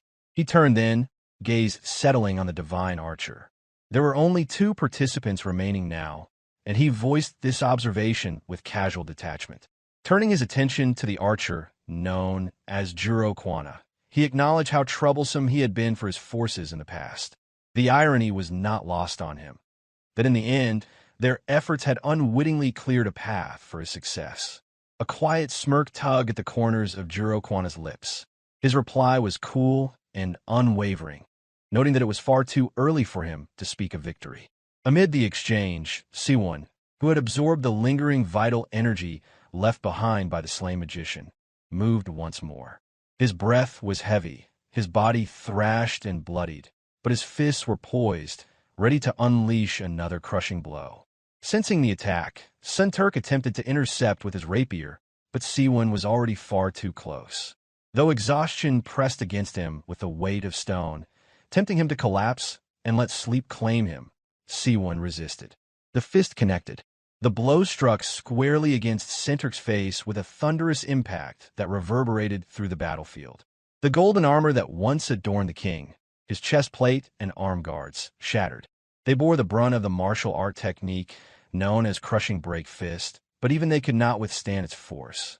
A burst of internal energy erupted in the form of a luminous pillar, casting shadows across the cliff as Senterk's body was flung backward. He crashed violently into the rocky wall of the canyon. High above, Juro Kwana remained still, observing the battle's carnage unfold in complete silence. As the dust began to settle, Seowoon gasped for breath. His lungs burned. Every part of him cried out in agony. It took everything he had just to remain conscious. Vision blurred, chest heaving, he failed to register that Sunturk had not yet been officially eliminated. The king's body slumped to the earth, motionless. Assuming the battle had concluded, Seowoon turned his gaze upward. Though barely standing, he took a shred of satisfaction in the idea that only 2 survivors remained. The archer, however, had expected Seowoon to fall beneath the thrust of Senterk's blade. He deduced that the rapier had likely pierced a shadow clone instead. Blood still pouring from his many wounds, Seowoon stated with finality that enough talking had been done. If he intended to fight, he needed to make his move. Juro Kwana responded with a light chuckle. The world, he noted, seemed filled with impatient souls. He added that Seowoon had other problems to worry about first. At that precise moment, Senturk stirred. His breath came in ragged gasps as he pulled himself upright. Fury burned in his gaze. His voice, rasping but strong, lashed out at the archer's cryptic games, declaring them maddening. Despite having taken the full force of the crushing break fist, Sunturk had survived with minimal injury beyond the point of contact. Still panting, he acknowledged the moment he felt his blade strike Seowoon. It amazed him that the martial artist could still fight, and even destroy armor forged by a master smith of Kruzan. In response, Seowoon stripped off the remnants of his tattered clothing. The 2 warriors now faced each other bare-chested. Unimpressed by Senturk's constant commentary, Seowoon mused that the king talked too much. He posed a challenge. Would they face him one at a time, or would they abandon pretense and attack him together? Senturk's answer came with cold venom. He promised that Seowoon would regret pushing him into unleashing his true strength. In a flash, the Berserker of war vanished from view. Seowoon's mind reeled. He had seen speed in battle before, but nothing like this. Senturk's movement blurred reality, and Seowoon struggled to even comprehend what had just occurred. Like a lance of pure light, Senturk propelled himself forward with blinding speed. His rapier tore through the air and struck Seowoon's arm in an instant, drawing a sharp explosion of blood from the fresh wound. The blade pierced cleanly, its precision honed to disable rather than kill. Senturk observed with smug satisfaction. When it came to raw speed, none could rival him. He had aimed directly for the ligaments. From what he had observed, Seowoon's techniques appear to require the use of both hands, which meant this would significantly reduce his effectiveness in battle. Meanwhile, Seowoon's mind raced to catch up. The assumption had been that Sunturk, known for overwhelming physical power, would rely on brute strength. Yet the man moved with such incredible speed that even tracking the flow of his energy proved impossible. But he refused to be discouraged. After coming so far, he had no intention of yielding. Determination surged from deep within. This was not the time to waver. He reminded himself of the countless battles fought. Surrender was not an option. In a swift retaliation, Seowoon acted. He reached across with his right hand and struck the rapier. The steel gave way instantly. The blade snapped in 2 upon contact. The act enraged Sunturk. As someone of exalted status, he had never tolerated disrespect. Watching his weapon break at the hands of a blood-soaked martial artist was a humiliation he would not forgive. But Seowoon was not finished. He gritted his teeth and extracted the embedded tip of the rapier from his own arm. Pain surged through the limb, but he bore it with steely resolve. With the jagged blade gripped tightly, he hurled it like a launched arrow, aiming directly for the so-called king's head. Sunturk tilted his head at the last second. The weapon grazed his cheek, carving a shallow line across his face. The near miss was enough to ignite a surge of fury. Few dared to challenge him so brazenly. It had been far too long since anyone had pushed him this far.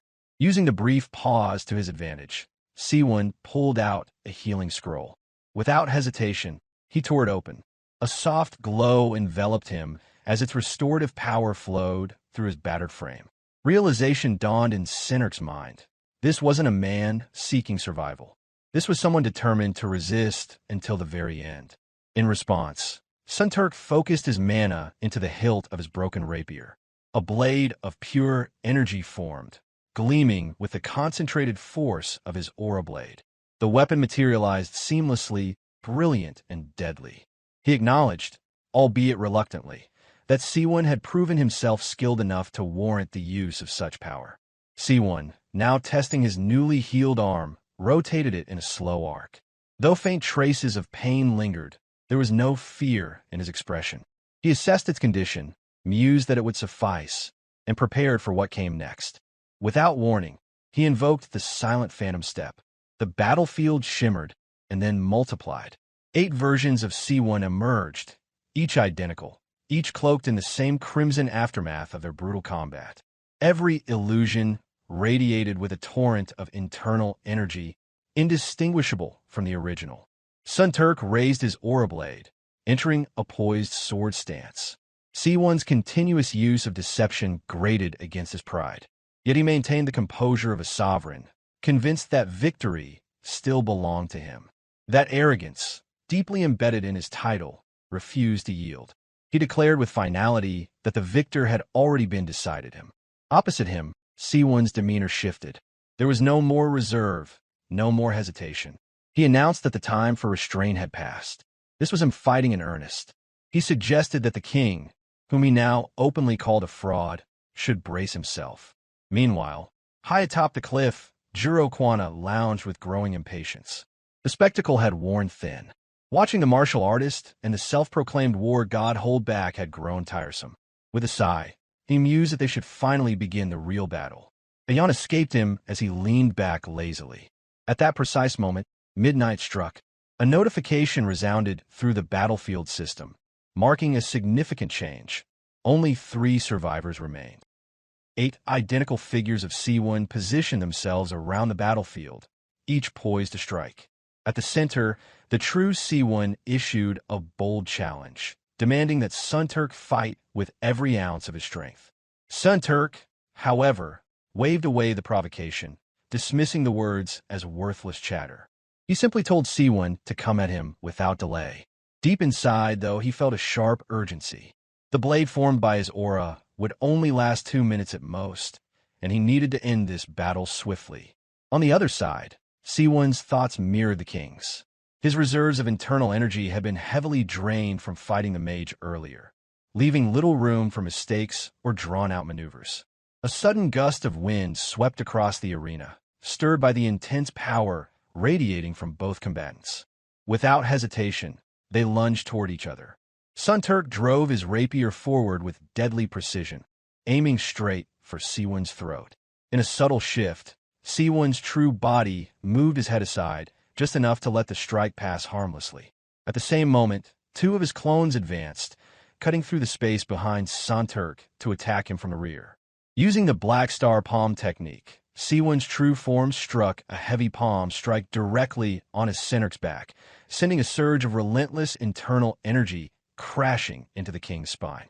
A growled curse slipped past Sunturk's lips as he felt the burning power ripple through his body. Reacting instinctively, he swept his sword backward, cleaving the space behind him, but encountered nothing at the tip of his blade. His rapier met no resistance. The opponent that had been there dissolved into mist. Merely another shadow clone of Seowoon, vanishing the instant it was struck. Sunturk clenched his teeth, cursing inwardly as he realized he had been baited. He saw no way to distinguish illusion from reality, so he resolved to cut them all down, regardless of their nature. Before that thought could fully form, a solid fist slammed against his jaw, knocking him backward. The shock rattled his teeth, and he tasted copper. Seowoon's physical power left no doubt. This, Sunturk recognized, had to be the real one. For a heartbeat, Seowoon taunted the king, asking how a loser's punch tasted. Sunturk's eyes widened at the insult, and his opponent took the moment to explain. According to Seowoon, every projection born of the silent phantom step could attack exactly like the real body. There would be no way to tell them apart. As if to demonstrate this truth, 2 clones leaped high into the air, each aiming a synchronized side kick towards Sunturk's ribs. Sunturk narrowly evaded by twisting his body and leaping backward just out of reach. Their kicks struck empty air, their momentum lost. Seizing the opportunity, Sunturk marked the two clones as fresh targets. Drawing deeper upon his mana reserves, he strengthened the aura surrounding his rapier. A golden-white light pulsed down its length as he prepared a piercing technique. In a heartbeat, the king dove from midair, rapier extending like a spear. The weapon tore through both clones with flawless accuracy, their forms dissipating into vapor on contact. The exertion left a subtle tremor in Sunturk's arms. Though he had tapped more of his power to finish the maneuver, the clones proved disappointingly fragile. They had no durability beyond their illusions. Now, only 5 figures of Seowoon remained on the field, including the true body among them. Sunturk steadied his breathing, taking careful note of his remaining time. His aura blade had perhaps a minute left before it dissolved. Seeing the quality of Seowoon's skills firsthand, Sunturk felt the creeping anxiety of the clock ticking down. From a distant cliff, Juro Kwana continued to observe, eyes narrowed, refusing to intervene. Pride and a sense of honor kept the massive figure from launching a sneak attack, while the two warriors fought below. Just then, a casual musing slipped from the divine archer's lips as he observed the battle unfold. He remarked aloud that witnessing Sunturk, the formidable king of Kruzan, struggle so severely against a lone martial artist was unexpected. The word struck a nerve. From the battlefield, Sunturk called out toward Juro Kwana, perched atop the cliff. Urgency laced his voice as he urged the divine archer to stop spectating and assist in taking down Seowoon. In return, he promised anything Juro Kwana desired upon their return.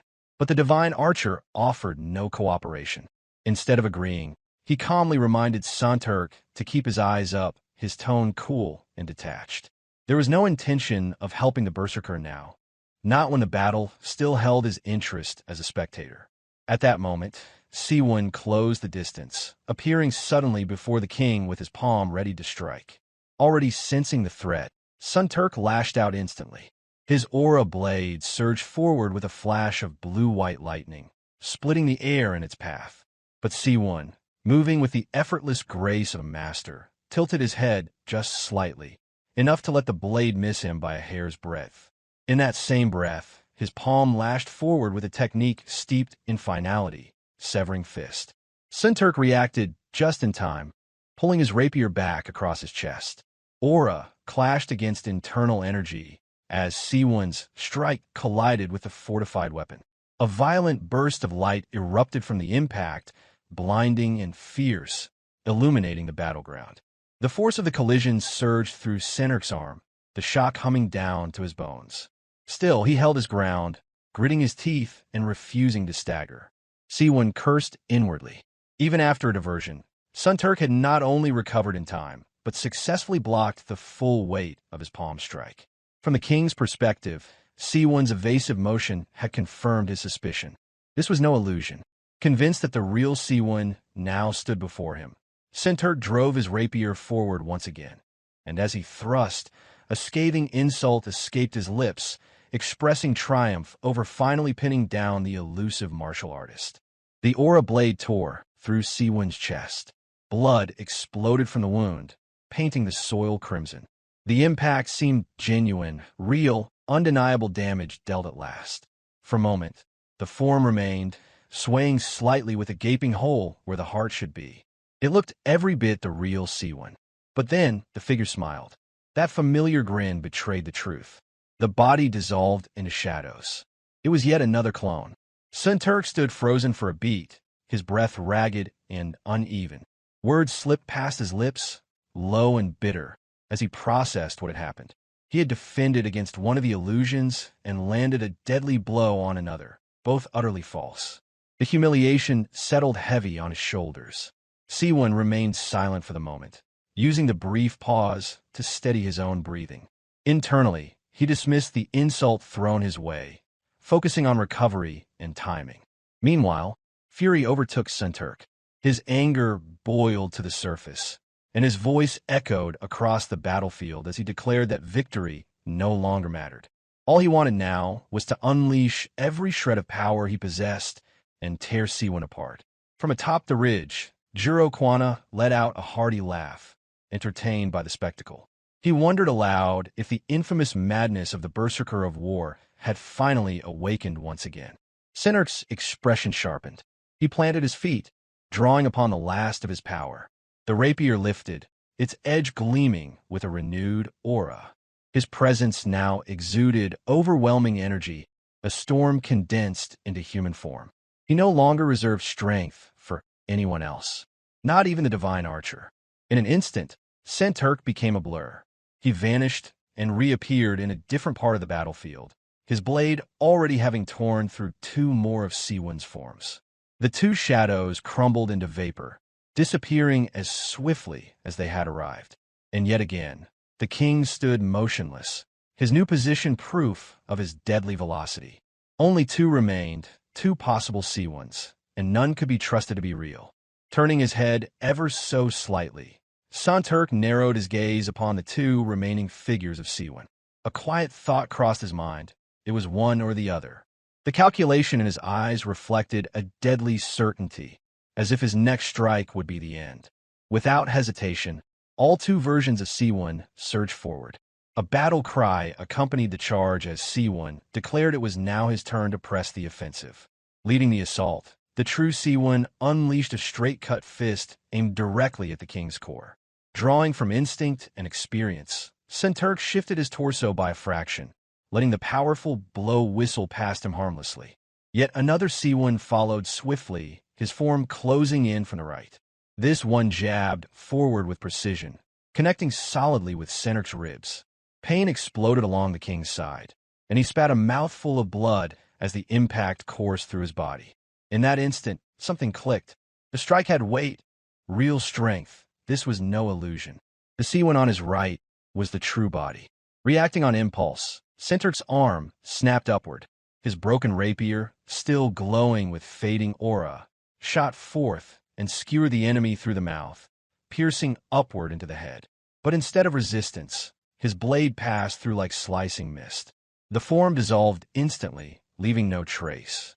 The king muttered aloud, his breath ragged, as he realized it had been another clone. No weight, no blood, only shadows. Raising his rapier once more, now barely holding a shimmer of light, he pointed the blade directly at the last remaining Seawoon. The king was convinced this one had to be the real body. The confrontation had narrowed to this single moment. Across from him, Seawoon stood tall, breath heavy, blood trailing down his limbs. He showed no intention of backing down. Every fiber of his being screamed with fatigue, yet there was no surrender in his posture. If death came for him here, he would face it on his feet. Senturk spoke again, voice laced with resolve. With this final clash, he promised an end to it all. Seawoon offered no reply. He needed that extra moment to stabilize his breathing, ignoring the grandiose taunt from the man he dubbed the Escaner wannabe. He focused solely on the strike to come. Both warriors launched forward.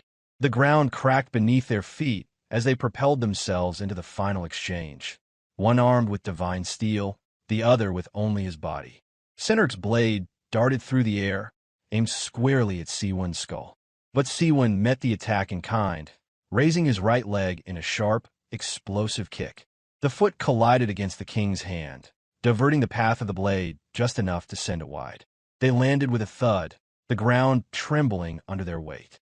Senturk let out a breathless exclamation, noting aloud how astonishing it was to witness Seawoon fight on even footing despite being unarmed. He surged forward once more, declaring his intent to see how long Seawoon could withstand the full might of his lightning form aura blade.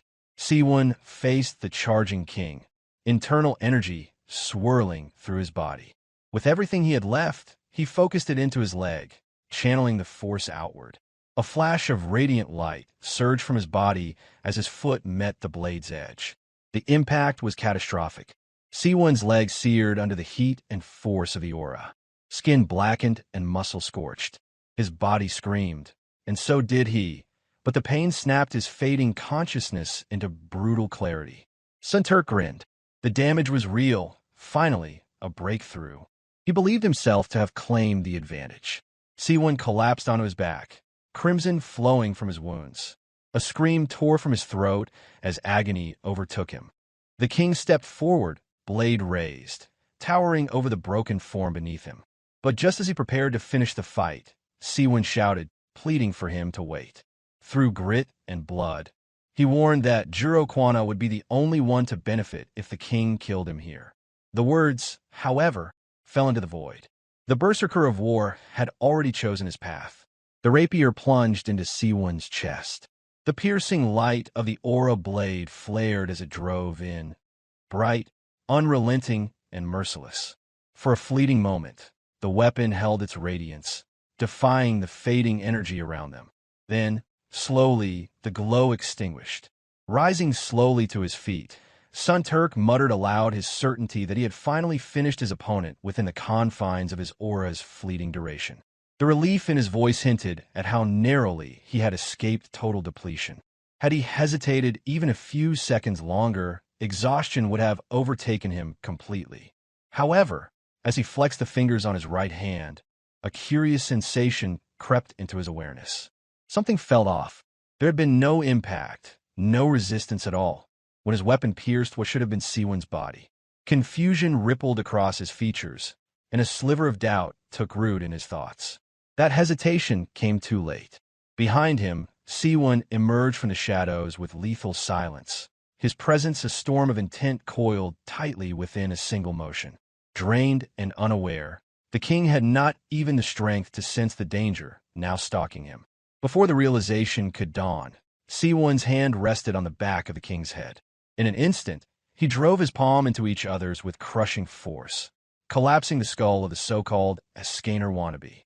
A sickening burst of blood erupted as the king's form dropped to the earth, lifeless and crumpled. A sharp notification rang out to all surviving players. Seowoon had eliminated Sun Turk, the king of Kruzan, through brute strength alone. Where the royal body once lay, only a wooden box remained, loot left behind by the vanquished.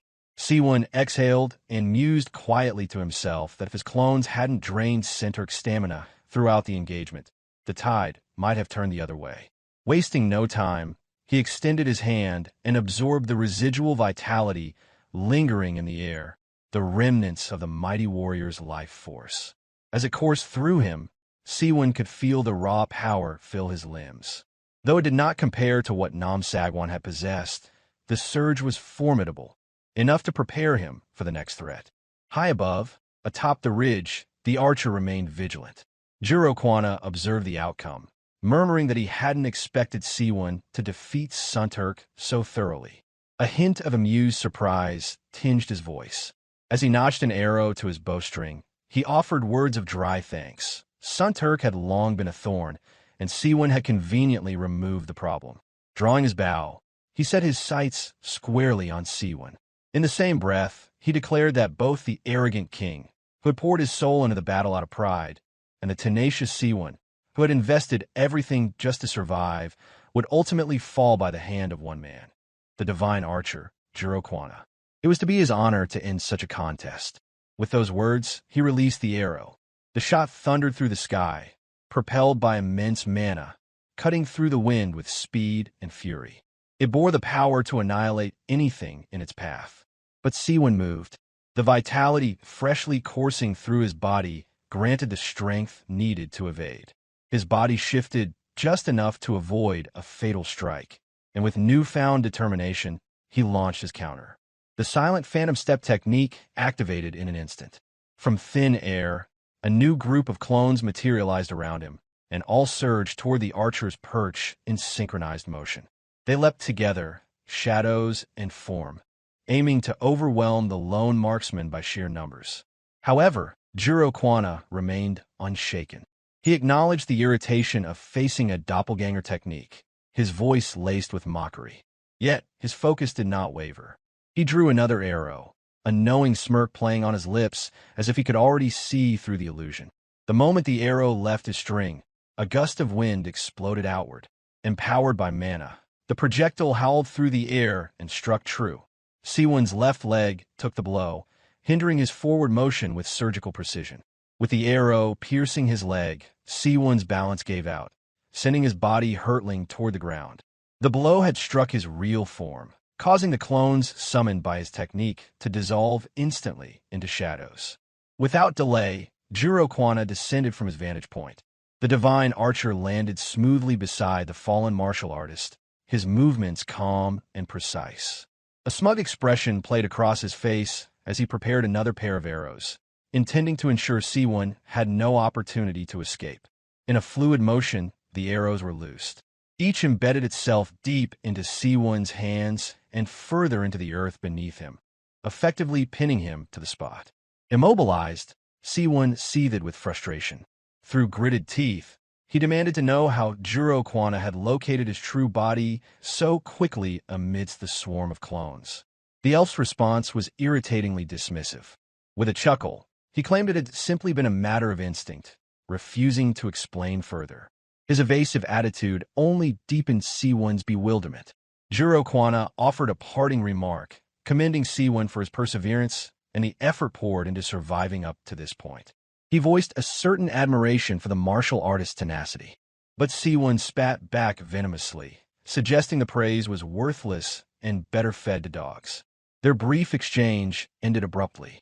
An arrow sliced through the air, striking cleanly through Seowoon's skull. The projectile sank into the ground behind his head, and blood spilled freely across the battlefield. Seowoon could barely form another thought when the system notification echoed around them. Juro Kwana had officially eliminated Seowoon. The divine archer lingered where he stood, scanning the scene one last time. A part of him seemed uncertain, perhaps wondering if the match was truly over. Meanwhile, Seowoon's consciousness had already shifted elsewhere. In the liminal space of the post-battle screen, he stood silently, observing a projection of the field. His physical form dissipated before his eyes, replaced by the wooden box that remained in death's aftermath. The system's chimes soon followed, confirming that this round of the Cloyd Survival had ended. Disappointment weighed heavily on him. Watching the final moments from this disconnected plane, he couldn't help but berate himself for mismanaging the decisive battle. Victory had slipped away at the very last moment, handed over in a frustrating lapse. Still, a part of him acknowledged that it was remarkable he had even reached this level. He had consumed the prepared course meal, crafted by Nam Sagwan, temporarily granting him the strength to battle among the most powerful survivors, individuals drawn from a world he still barely understood. Another round of notifications arrived, congratulating him for being one of the final 2 contestants remaining. One message confirmed his qualification for participation in the next game.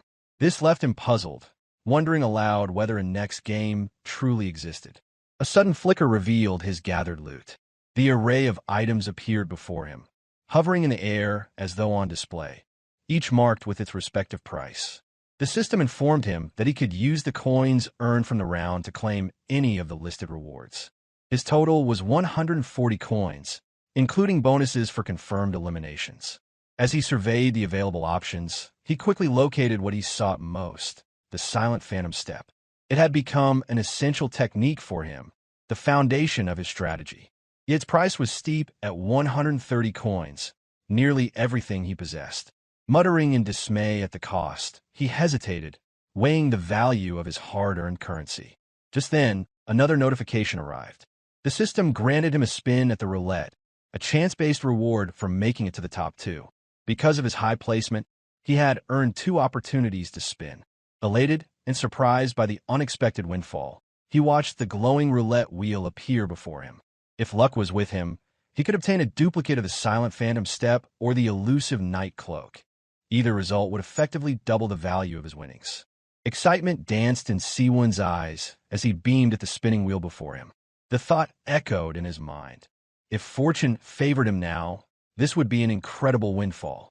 Without any hesitation, he gave the command to initiate the spin.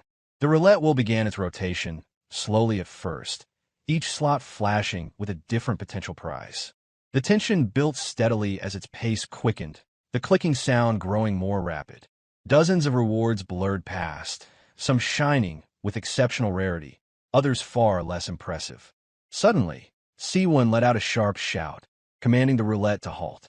The wheel jerked, slowing with dramatic flair before settling on its chosen prize. The reward was a Scrow's necklace, an item that cost a single coin. His expression soured immediately. Disbelief turned into vocal frustration as he lamented his terrible luck.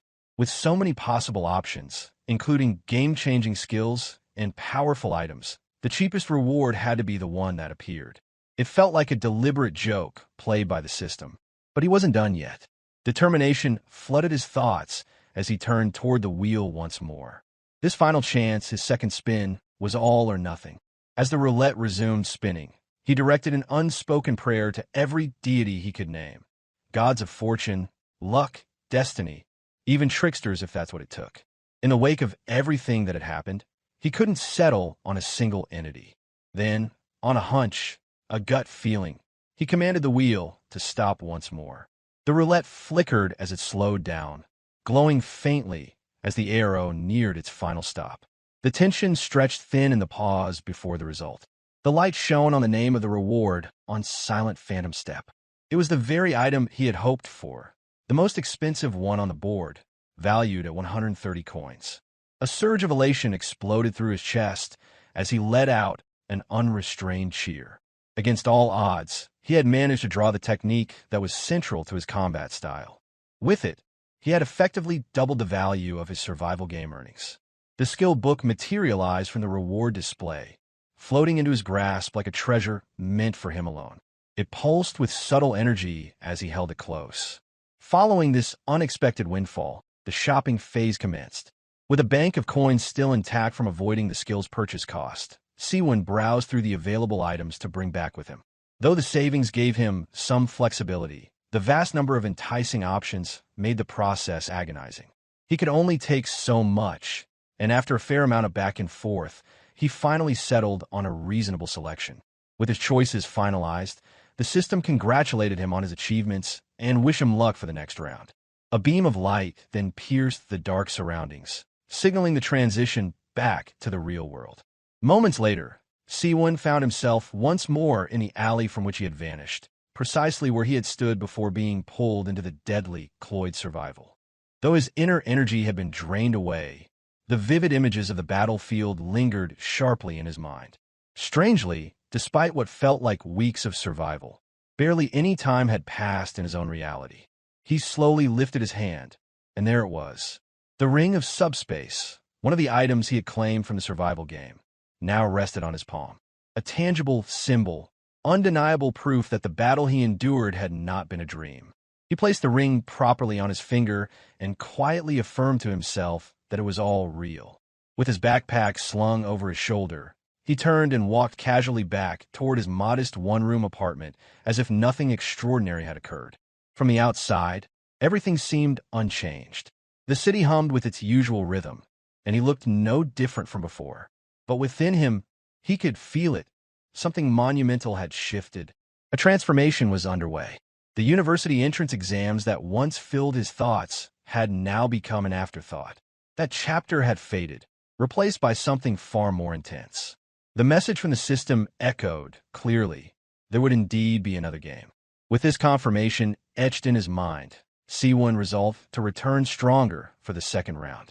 Though he had barely secured second place, the result left him dissatisfied. Determination simmered within, pushing him to commit fully to claiming victory next time. The small studio apartment, arranged by his parents near the school, had originally been intended as a place for him to prepare for his university return. The plan was to focus on studying for his entrance exams, resuming a more ordinary life. However, Seawoon's priorities had shifted dramatically. The survival game and what he brought back from it now consumed all his attention. He couldn't afford to remain weak. He had no intention of entering the next round defensively, scrambling from a vulnerable position like before. Unlike within the game, where energy surged through him, the real world felt hollow. His inner core, the very foundation of martial cultivation, felt completely empty. Without delay, Seawoon crossed his legs and sat down in a lotus position. His intent was clear. He would begin cultivating immediately.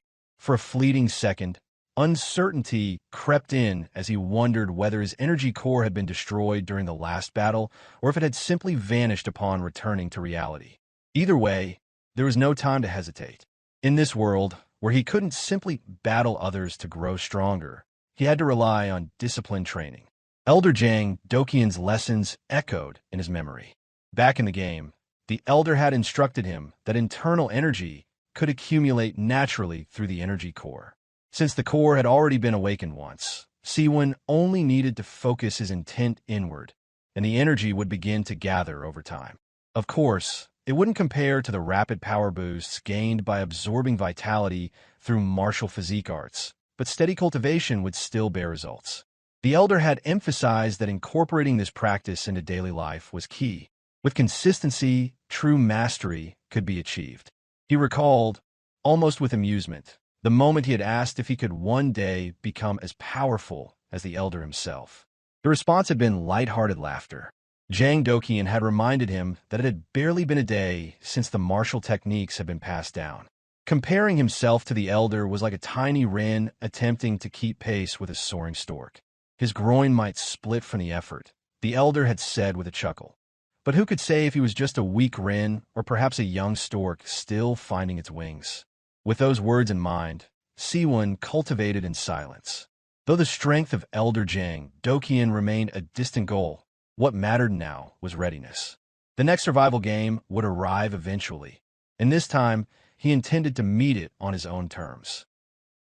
The cultivation process demanded that Seowoon regulate his breathing, sharpen his focus, and draw the ambient energy particles scattered throughout the air into his core through the pathways of his veins. In complete silence, he mentally recited the inner incantations passed down to him by Elder Jang Dokian. For hours had slipped by with surprising swiftness, yet his mental strength was pushed to its breaking point. Time seemed to drag on far longer than it had when he absorbed internal energy within the confines of the Cloyd battleground. Frustration brewed within him as he realized how meager his accumulation of inner energy truly was. Suddenly, his eyes snapped open, no longer able to maintain the deep state of focus. His entire face was soaked in sweat as he uttered a harsh curse into the quiet room. Within the game, it had been possible to kill opponents and absorb the vital energy they left behind, an effortless process compared to the struggle he now faced. At the current pace of accumulation, it would take years to reach even a fraction of the strength he once wielded within the game world.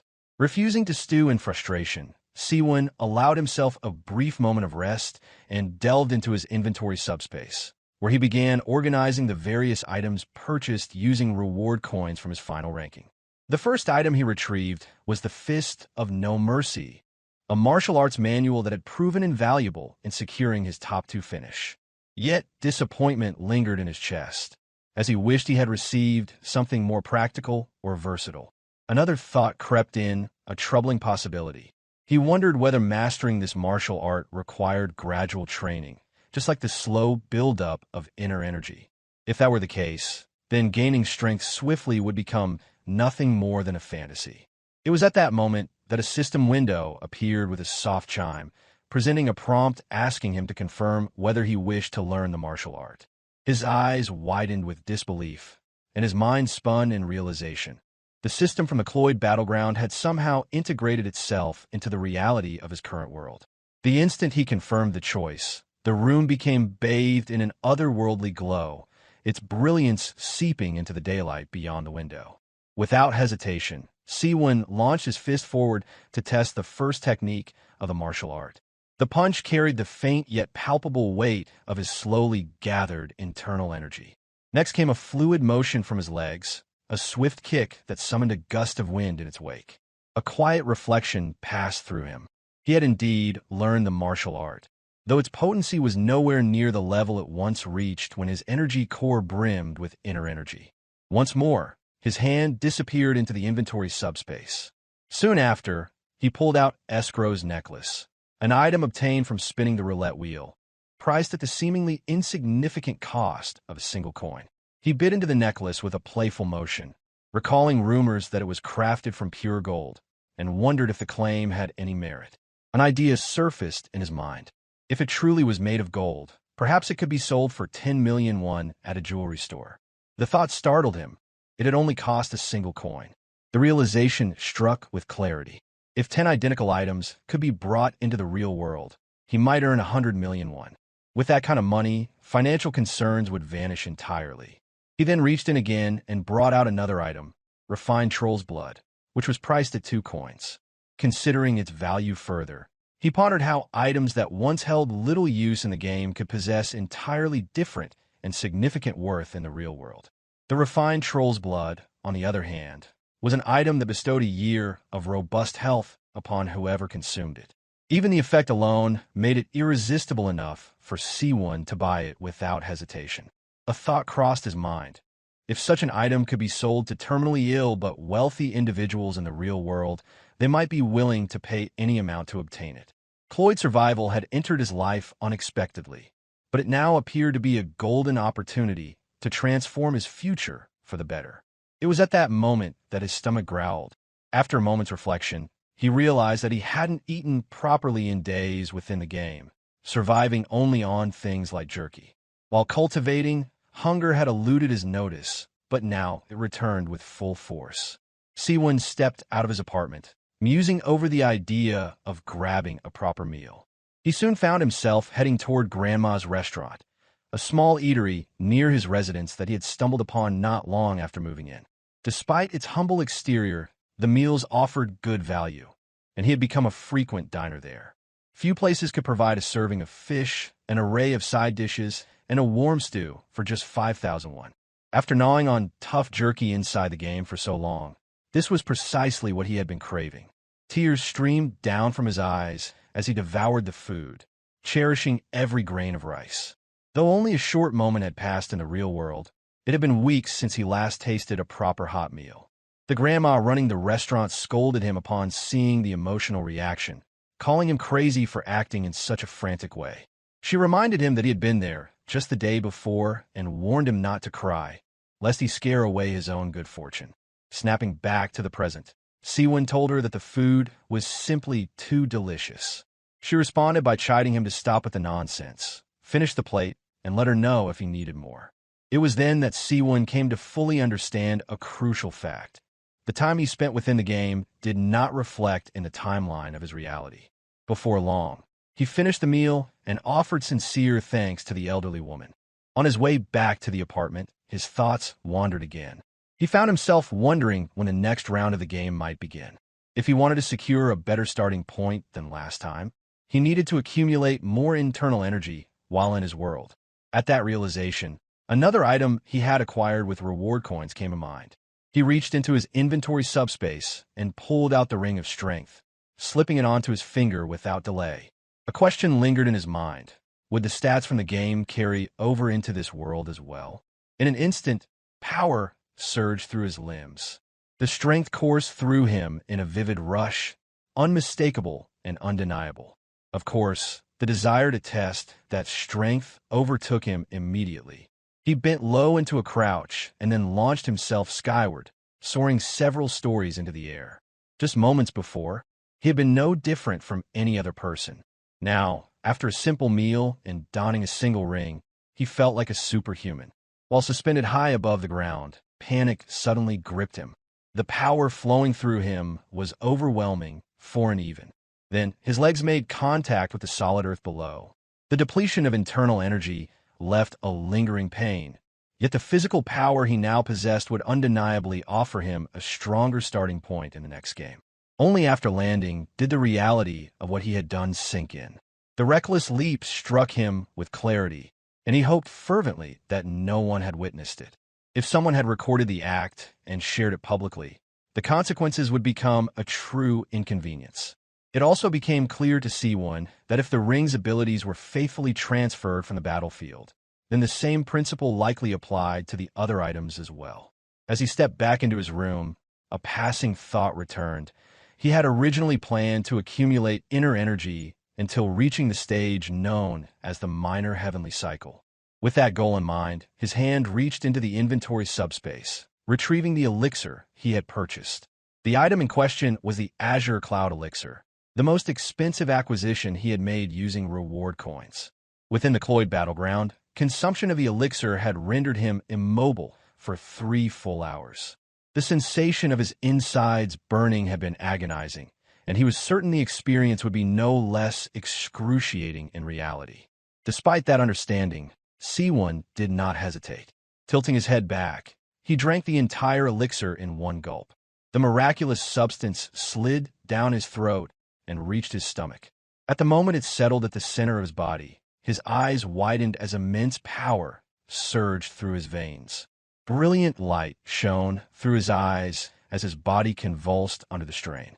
The energy contained within the elixir barely remained constrained within his limbs, and it became imperative that he gather and channel it into his energy core before it tore him apart. 3 hours later, the room had heated to an intense degree, radiating a furnace-like warmth. One of his neighbors, an elderly woman, contacted the police and reported that the walls had grown alarmingly hot. She explained that she had attempted to knock on Seowoon's door, but the heat radiating from the surface was unbearable, and she could not even grip the doorknob. A police officer on the scene advised her that if the temperature was truly that extreme, it might be best to call the fire department. However, the old woman insisted there was no visible fire, just overwhelming heat. One of the officers tried to assure her that it might simply be a heating issue, suggesting the occupant had likely turned up the temperature too high. Still concerned, she pressed the matter, urging the officers to inspect the room directly. With little choice remaining, the police agreed to take a closer look. The first officer reached out to test the doorknob. Within moments, he recoiled, shouting in pain and cursing as the heat burned his hand. The elderly neighbor immediately chimed in, declaring the heat to be abnormal. Calling out loudly, the officer identified himself and his partner, announcing their presence and requesting entry due to a reported concern. His voice carried urgency as he called out again, asking the resident to open the door. Repeatedly, the request echoed through the hallway until finally the door swung open. Seowoon stood there, gripping the scalding doorknob with ease, unaffected by the searing temperature. Without delay, he asked who they were. One of the officers replied that they had come to investigate a potential fire following a civilian report. Struggling to form clear words, Seowoon offered an explanation, claiming that he was suffering from a mild fever. His cheeks glowed red, and beads of sweat drenched his face. He informed them that he had likely turned the heater a bit too high. Then he questioned why the police had arrived instead of the fire department if a fire had truly been suspected. The officer responded that, since the complaint had been directed to the police, it was their responsibility to respond and verify. Observing Seowoon's condition, the officer offered to call for medical assistance. Seowoon politely declined, stating that it was merely a cold and he required only a little rest. With no fire detected and no immediate emergency, the officers concluded their visit and began to leave. As they walked away, one of them sternly advised the elderly woman to avoid filing trivial reports in the future, cautioning that it could make their duties unnecessarily difficult. In response, the old woman admitted she had only acted out of surprise. Seowoon closed the door behind him and released a deep breath of relief. Settling down just behind the door, he acknowledged to himself that he had come dangerously close to death. The surge of energy from the elixir had been like wildfire, almost overwhelming his ability to control it. If not for the white flow flame art, the energy might have consumed him entirely. Still struggling to steady his breath, he came to a realization. Although the power he once possessed in the game had vanished, the risk he undertook did not come with the same peril.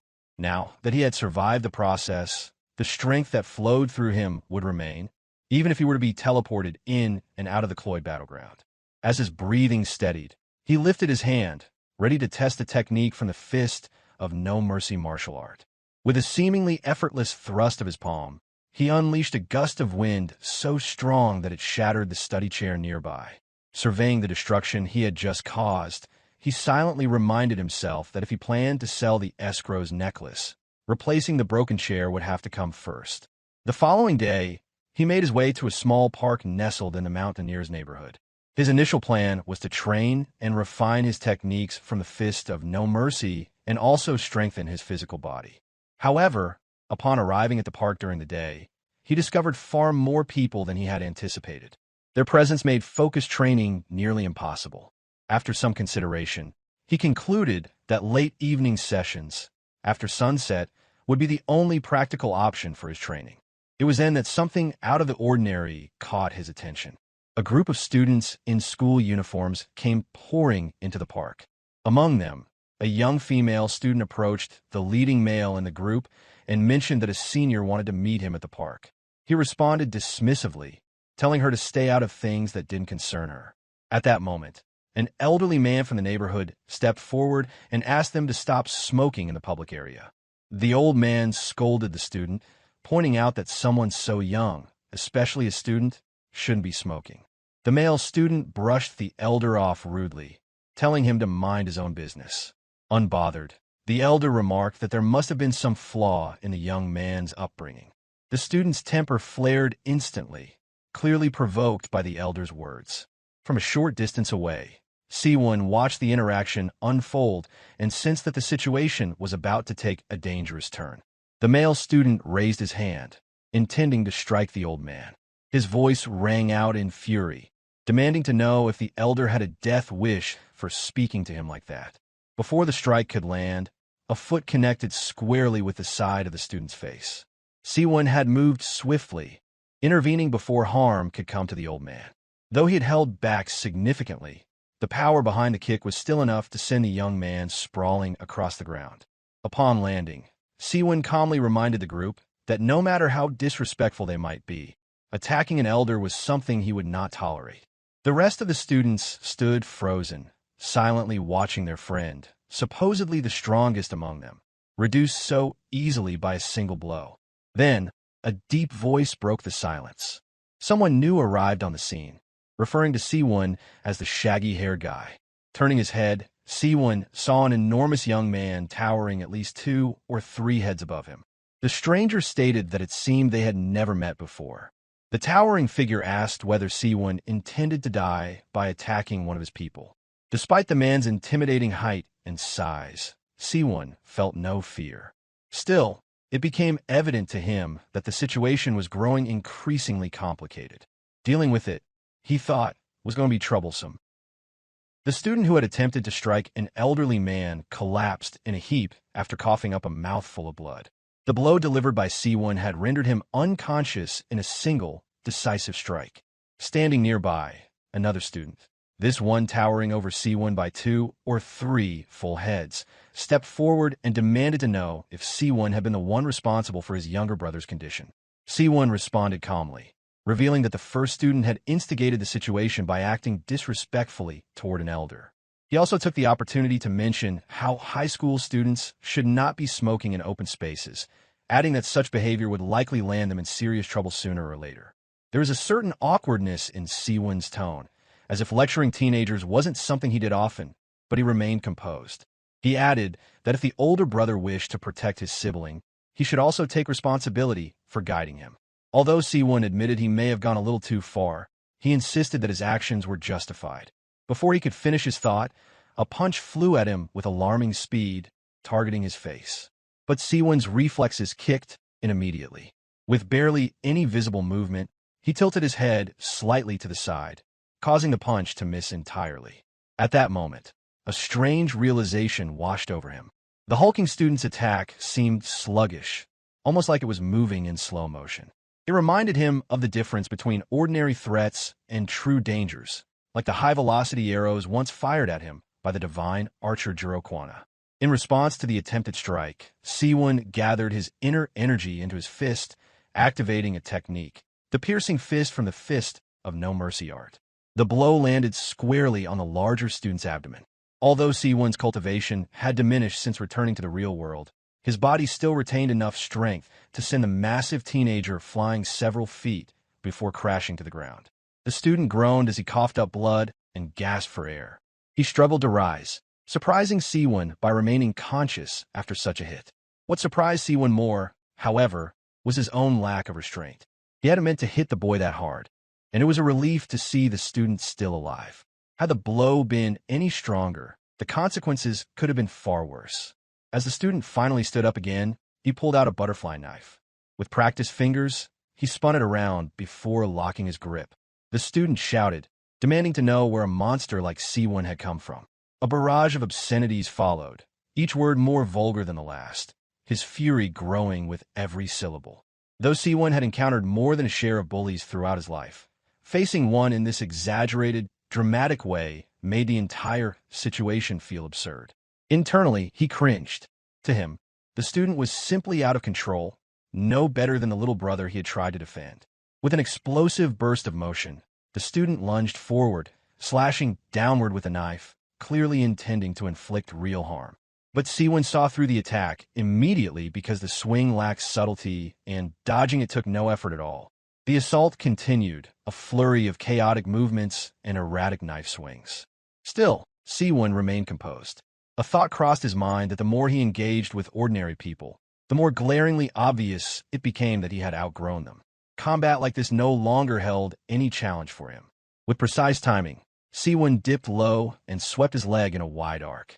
The maneuver knocked the oversized student off balance, sending him crashing to the ground once more. Despite his aggression and advantage in size, he had yet to land a single blow. Meanwhile, Seowoon steadied himself and prepared to strike again. This time, however, his focus shifted inward. If his strength went unchecked, he risked causing serious harm. With this in mind, he consciously limited his output to 50% of his full strength. He raised his open palm and executed a controlled palm strike, infused with internal energy. The resulting shockwave hit with the weight of a truck. The blow connected cleanly, and the hulking student was launched into the air, his limbs flailing as he flew backward, unable to mount any resistance. As his body twisted midair, blood burst from his mouth, and the sheer impact of the strike overwhelmed him completely. A moment later, his flight ended violently, his body slamming against a tree several meters away. Gasps erupted from the surrounding students. Their eyes went wide as they processed what had just happened. The largest among them had been flung with shocking ease. A few pulled out their phones, snapping photos or recording clips while mumbling in disbelief at the absurdity of the fight they had just witnessed. As Seowoon watched the result of his own strike, a flicker of panic rose within him. He hadn't meant to send the student flying with that much force. Even though he had restrained himself to just half his power, it had clearly been far too much for an ordinary human to endure. To shift the attention away from himself, Seowoon quickly tried to lighten the atmosphere. He forced a chuckle and remarked how convincing the student's fall looked, joking that he might have been an action movie actor in disguise. As the intensity of the confrontation ebbed away, he took the opportunity to address the rest of the students. In a firm but awkward tone, he reminded them to show respect to their elders and told them to stop smoking in public. Turning to the student who had drawn the butterfly knife, he scolded him as well, warning that carrying a weapon like that was reckless and dangerous. Then, without waiting for a response, Seowoon abruptly turned and fled the scene. Remaining there would only attract further complications. The fewer eyes on him now, the better. Behind him, the other students scrambled to check on their unconscious peers. One of them muttered with concern, wondering aloud whether someone had died. As Seowoon ran, a wave of frustration surged through him. If any of them had died, it would have marked the end of his life as well.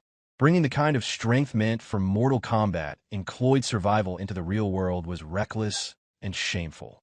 It went against the very discipline he had tried to preserve. Yet, despite his regret, he recognized a valuable truth in the aftermath. Even if he had acquired martial abilities with relative ease, thanks to the knowledge and techniques brought back from the battlefield, mastery required more than brute strength, and control was just as vital as power.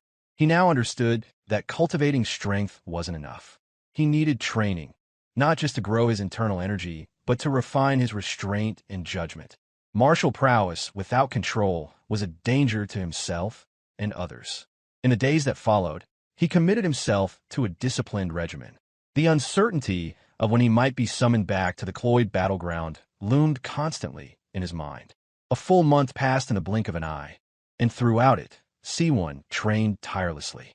Each day he absorbed natural energy, slowly increasing the depth of his internal reserves. The process was steady, even if it lacked the speed he once knew in that other world. One afternoon, while deep in his practice, Seowoon's phone, normally used only as a basic timekeeper, began to ring. Startled, he tilted his head curiously and checked the screen. His mother's name appeared on the display. Without hesitation, he picked it up and answered. After exchanging greetings, she immediately asked if he had been eating properly. A sharp pang struck his chest at her concern, but he assured her that he had. She expressed how worried she had been, telling him he hadn't been responding to her messages. That was the reason she had decided to call, fearing he might be ill or in some kind of trouble. He explained that he had simply been busy lately. Accepting his answer for the moment, she asked how things were going at the new academy he had enrolled in. Seowoon replied that it was manageable. Inwardly, though, he sighed because there was no way he could tell her the truth, that instead of studying, he had been spending his days cultivating martial techniques and preparing for another return to a battlefield she would never understand. The conversation continued as Seowoon gently asked about his father, how he had been doing lately, and whether he had managed to find a new delivery job. There was a brief pause before his mother responded, her voice faltering. It was then that she revealed the news that shook him. His father had been in an accident. Seowoon shot to his feet, startled. The calm he had moments ago vanished as panic gripped him. He urgently asked what had happened. His mother, trying to steady her voice, explained that the accident occurred during a delivery run. A car had ignored a red light and collided hard with him. Her voice cracked as she continued, tears clearly brimming in her eyes. She clarified that they weren't trying to cut corners with the insurance, but even so, the surgery required would be costly. She admitted her worry, overwhelmed by the financial weight that loomed over them. Though she hesitated, she mentioned the allowance she had been sending him, apologizing for how little it had been. Despite her reluctance, she asked if Seowoon still had any money left from it, anything that might help. Reaching quietly into his subspace inventory, Seowoon asked how much the surgery would cost. His mother responded with uncertainty, saying it would likely be somewhere between 1 to 2 million won. At her words, Seowoon's mind turned to the escrow's necklace, an item he had carried from Cloyd Survival. It was pure gold and possibly valuable enough to help. If he sold it now, it might be the only way. He assured his mother not to worry too much. He mentioned that he might have a solution. Gently, he asked whether she was holding up all right. She tried to reassure him, insisting that she could manage, though she apologized again for placing more pressure on him when he was already struggling. After a few more quiet words, the call ended. Seowoon immediately made preparations to leave. As he made his way through the streets, his thoughts weighed heavily on him. He reflected on his father, a man who had always worked harder than anyone Seowoon had ever known. And yet, as time wore on, that hard work was met with diminishing returns. The harsh truth settled in his chest. Laborers like his father were easily replaced, discarded as they aged. That was why his father was constantly forced to switch jobs, driven by the necessity to survive in a world that offered no kindness. The shame hit hard, and Seowoon broke down in tears. The realization washed over him with staggering clarity. All this time, he had been living off the sweat of his father's labor. He had been a burden, contributing nothing, drifting without a clear future. A child too late to understand the sacrifice made for him. That might have remained his path, had it not been for his abrupt plunge into the world of Cloyd Survival. Eventually, he arrived at a jewelry store. The bell above the door chimed softly as he stepped inside. Approaching the counter, he presented the escrow's necklace to the woman behind it, asking how much it might fetch. The lady examined the piece and commented on the craftsmanship, noting its extraordinary quality. It didn't appear to be of local origin, and she remarked that it likely held historical or artistic value. Seowoon responded quietly, explaining that it had supposedly been in his family for 5 generations. The lady remarked that its design didn't match modern manufacturing techniques, reinforcing the idea that it could be more valuable than its raw materials alone. When Seowoon asked her directly what it was worth, she paused. Instead of answering, she asked whether he truly intended to sell it here, cautioning that its real value might far exceed what a standard jewelry store could offer. Without hesitation, Seowoon confirmed that he did. His father needed emergency surgery, and he had no time to wait for higher appraisals or proper auctions. The woman then inquired about certification, documents confirming the necklace's authenticity or origin. When Seowoon shook his head, she explained that without such documentation, she could only pay according to the gold's weight. The transaction proceeded swiftly. In the end, the necklace, crafted from a single piece of solid gold, sold for 11.5 million won. Gold prices had risen dramatically, and even in a straightforward sale, the amount was substantial. After sending money to his parents to cover the surgery, Seowoon would still have enough to support himself for a while. As he stood outside the shop, peering through the glass, he noticed the lady still holding the necklace, her eyes alight with fascination. A thought crossed his mind that perhaps he had undersold it. But given the circumstances, he had no other choice. Emergency had stripped him of options. With everything that had transpired, Seowoon made a mental note to consider more carefully how he would handle future sales of items brought back from Cloyd Survival. Random jewelry stores were too uncertain, and hasty decisions could cost him more than money. On the way home, he transferred the necessary funds for his father's surgery without delay. Along with the amount needed for medical costs, he sent additional money to ease his parents' financial burdens, hoping to lift some of the weight off their shoulders. The response was immediate. His mother called him, asking where he had acquired such a large sum, the unease in her tone evident. She questioned whether he had resorted to borrowing from a loan shark. She admitted she wouldn't be able to use the money if that were the case. Seowoon calmly reassured her, explaining that it was impossible for him to even obtain a bank loan, as he didn't have a steady job. He claimed the money was simply the result of part-time work and savings from his military service. Though it wasn't entirely truthful, it was enough to ease her mind. After resolving the issue, he urged her not to dwell on it any further and promised to visit the hospital soon to check on his father in person. Later, Seowoon boarded a packed commuter train, returning to his apartment. The crowd swayed with the motion of the train, voices rising and falling in the background. Amid the low hum of conversation, a nearby voice broke through. Someone exclaimed loudly in disbelief, having just watched a video of a man casting magic. The one who had shown the video insisted it was real, while his friend scoffed, dismissing it as obvious computer graphics. The second man shook his head and asked whether anyone could seriously believe something like that. Still, he noted the footage did look as if it had been filmed covertly. The angle of the camera appeared to be from behind thick shrubbery, aimed at a man in the distance. The figure in the video chanted something unfamiliar to the untrained ear. But to Seowoon, the words were unmistakable, and the moment he heard it, he froze. The chant being recited was part of the escrow magical lineage, an incantation he had defended against numerous times during his brutal experiences in Cloyd Survival. The spell shown in the video was Escrow's Flame, a fire-based attack that projected a controlled burst of flame from the caster's palm. To the average viewer, it might have looked like a special effect, but Seowoon knew better because he had seen that spell before, in life-or-death combat. A realization struck him that he was not alone. Someone else on Earth had also entered the Cloyd Survival.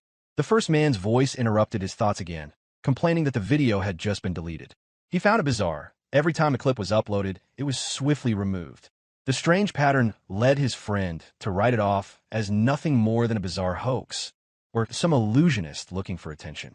But for Seowoon, this was anything but entertainment, and the implications were serious.